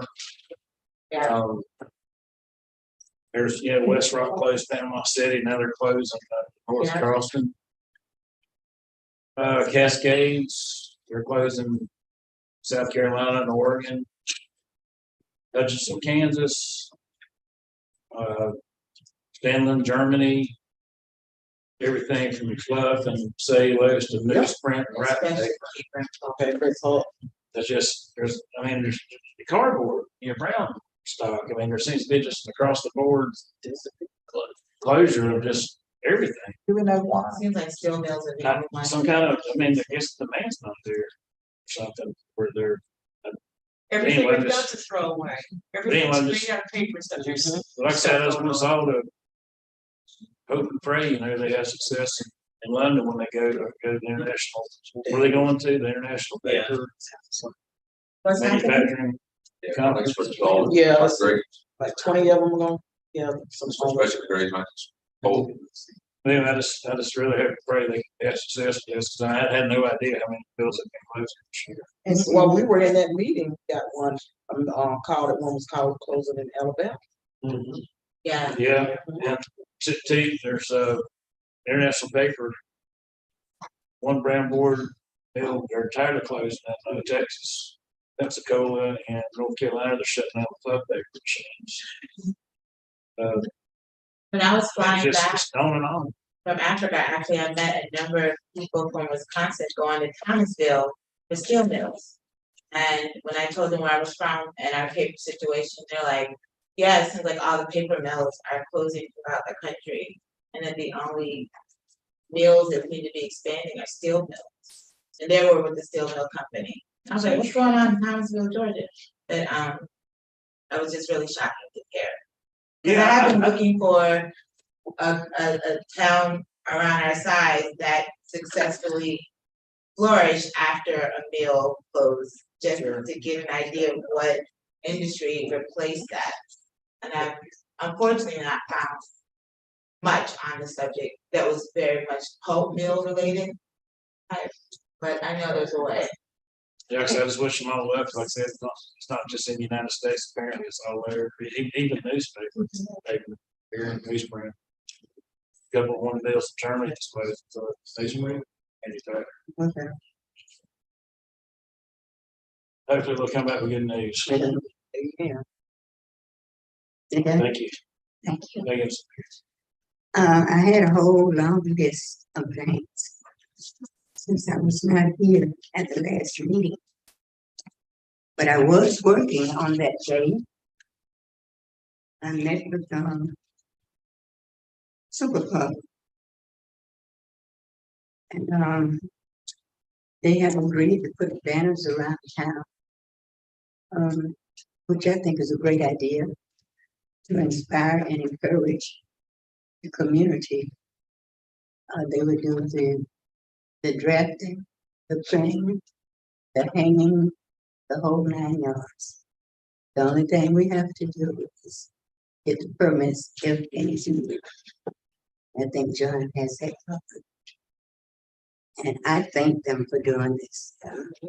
They will give us a copy of the prints before we do anything. We'll bring it before council at that time. Okay,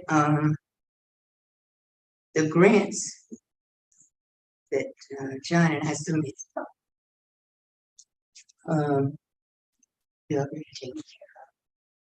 One was for the shade topper, and the other was for the 9-course frisbee golf. Okay,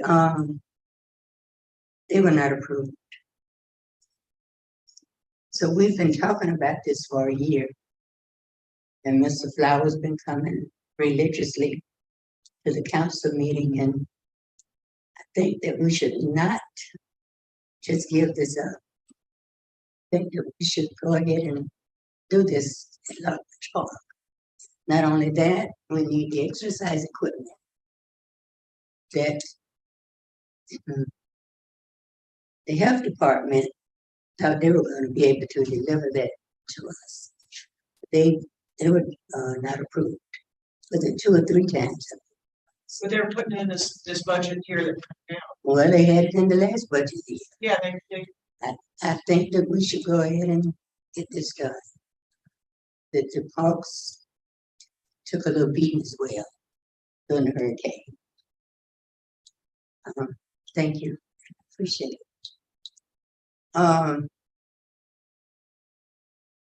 The 14th, our next meeting, we will nominate a new mayor.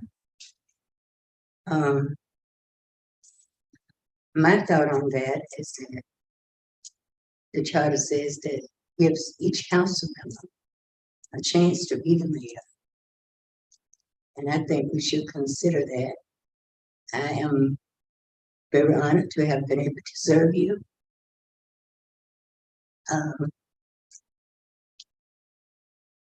It's a little bit. At any rate, I'm taking my name out. I love Ferry Park. I love Taylor County. But being a council member for my district, I feel that I'm able to do more. And I've been shut down for everything that I. Anyways, That's on the 14th. Jamie. Yep. I have had so many complaints. Unfortunately. Yeah. It's, I mean, some very upset. And I was able to see a video and how close it came.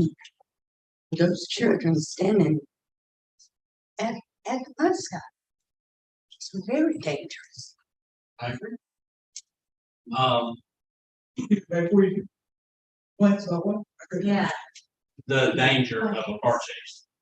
Danger. could one happen? Yeah, we had one. It's some, So just a little context. The person that we tried to stop had 3 warrants. One was for failure to appear for fentanyl possession.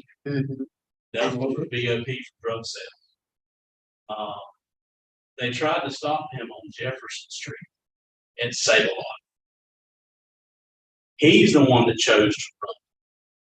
He's the one that endangered those children. He's the one that passed the school bus. The officers were trying to stop him.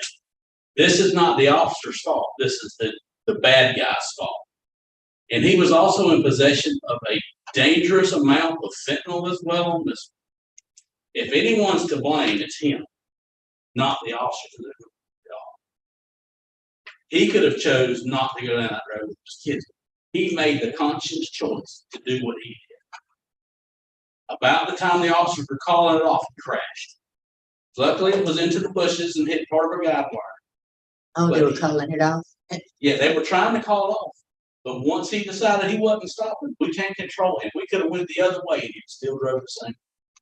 Every bit of this is on him, the defendant, and not on the officer for doing it. And that's me speaking. And I agree, it's dangerous. And things shouldn't happen. But before they could cancel it, he did what he First, to let you know that I'm not accusing the officers, but that could have went very wrong did. Yes, ma'am, it could for have. our children. I agree. And it And appalls that- me that we don't have the There's no technology. sidewalks on that street. It's It appalls me, we don't have the technology in this country to stop a pursuit. Without, you gotta get in trouble.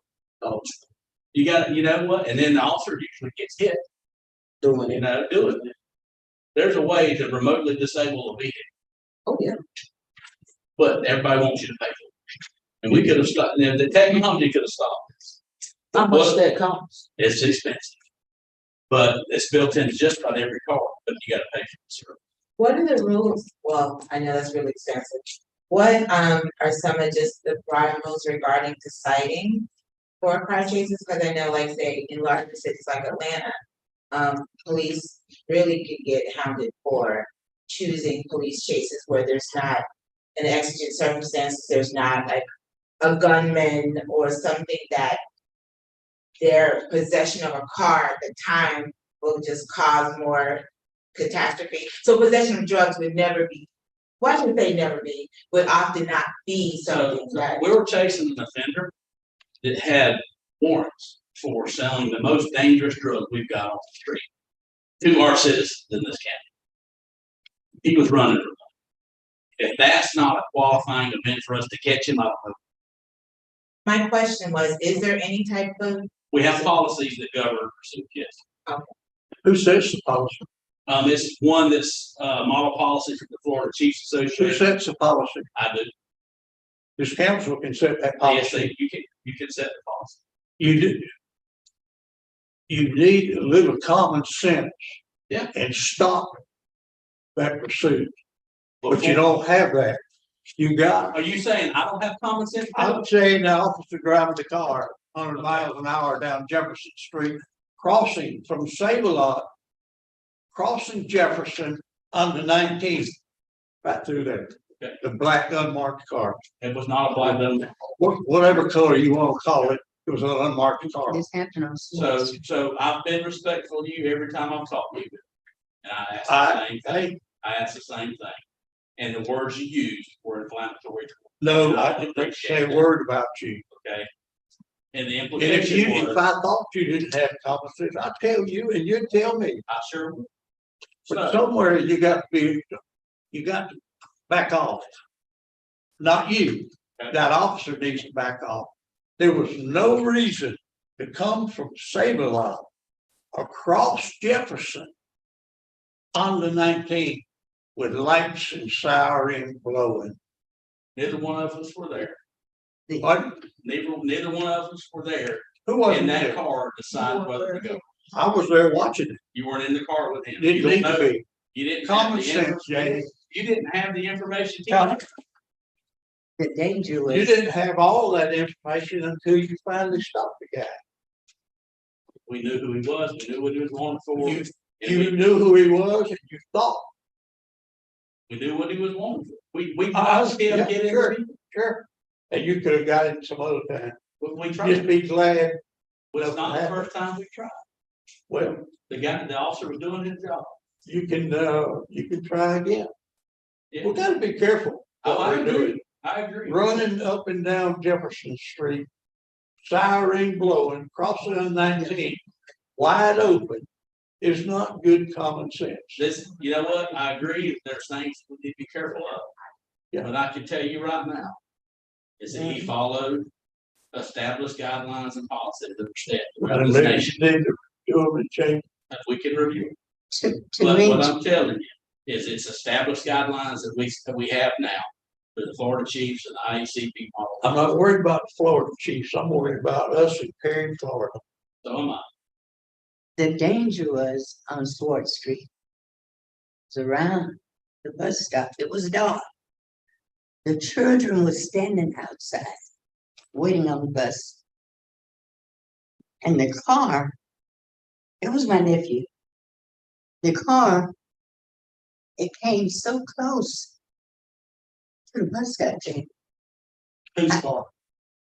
The offender, but still, like Bill said, it could have turned out very bad. Every car chase can turn out bad. Yeah, but it was not around the school That bus, could have not happened around, whether you get chased or not. not around our children, while they're waiting on the bus stop. Could have happened whether he was being chased or not. I would extend, and I'm grateful for this conversation, and I've been out of town, so I wasn't aware. But that is why a lot of cities and municipalities are putting you down. You have to have a really great excuse to have a car chase in a city where there are things like bus stops, parks, schools, churches. It has to, I mean, people are getting sued about it. I'm not saying that this person was wrong or right, but and I know that the hour is late, but because of that, we have to look at that.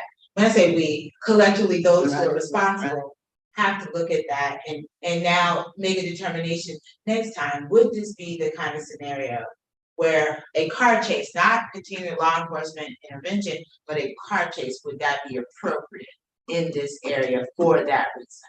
Probably not in the area, but for that reason, yes. If he's carrying fentanyl, yes. But the thing about it, we're gonna have criminals, no matter what, they're over, whether it's murder or a bag of pot, they gonna start running from the law, That's because right. they know ain't nobody gonna chase them, they gonna get away.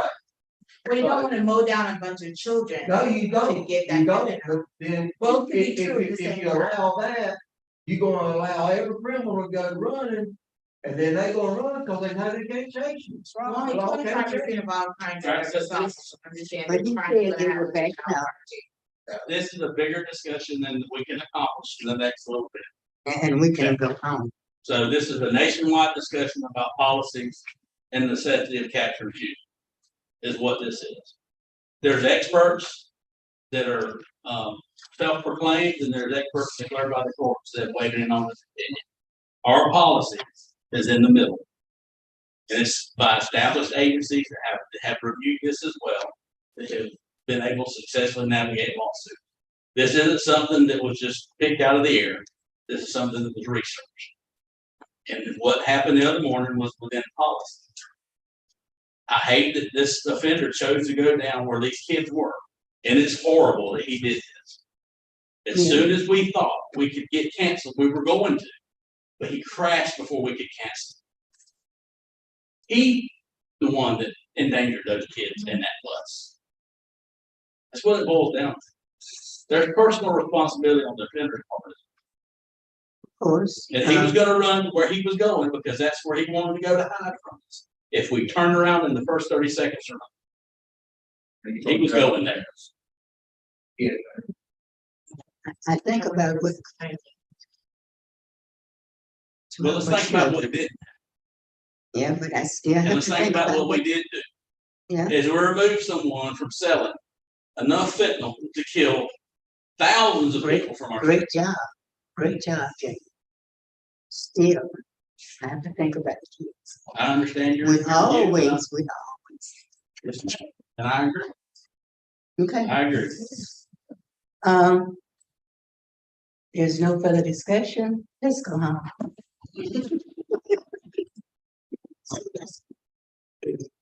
Yes. The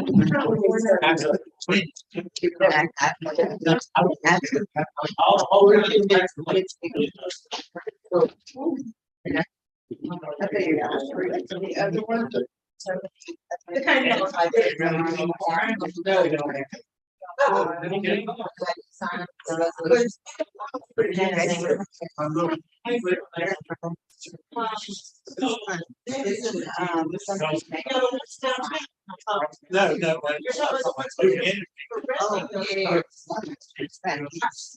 I don't, there was some down like they were. It gets somebody that wants to get your face. Calling back to. We didn't have one on those September and October, no. I'll see you That, and a lot of it, yeah. But now I realize we got, I said, Ben, can be the one. I don't have any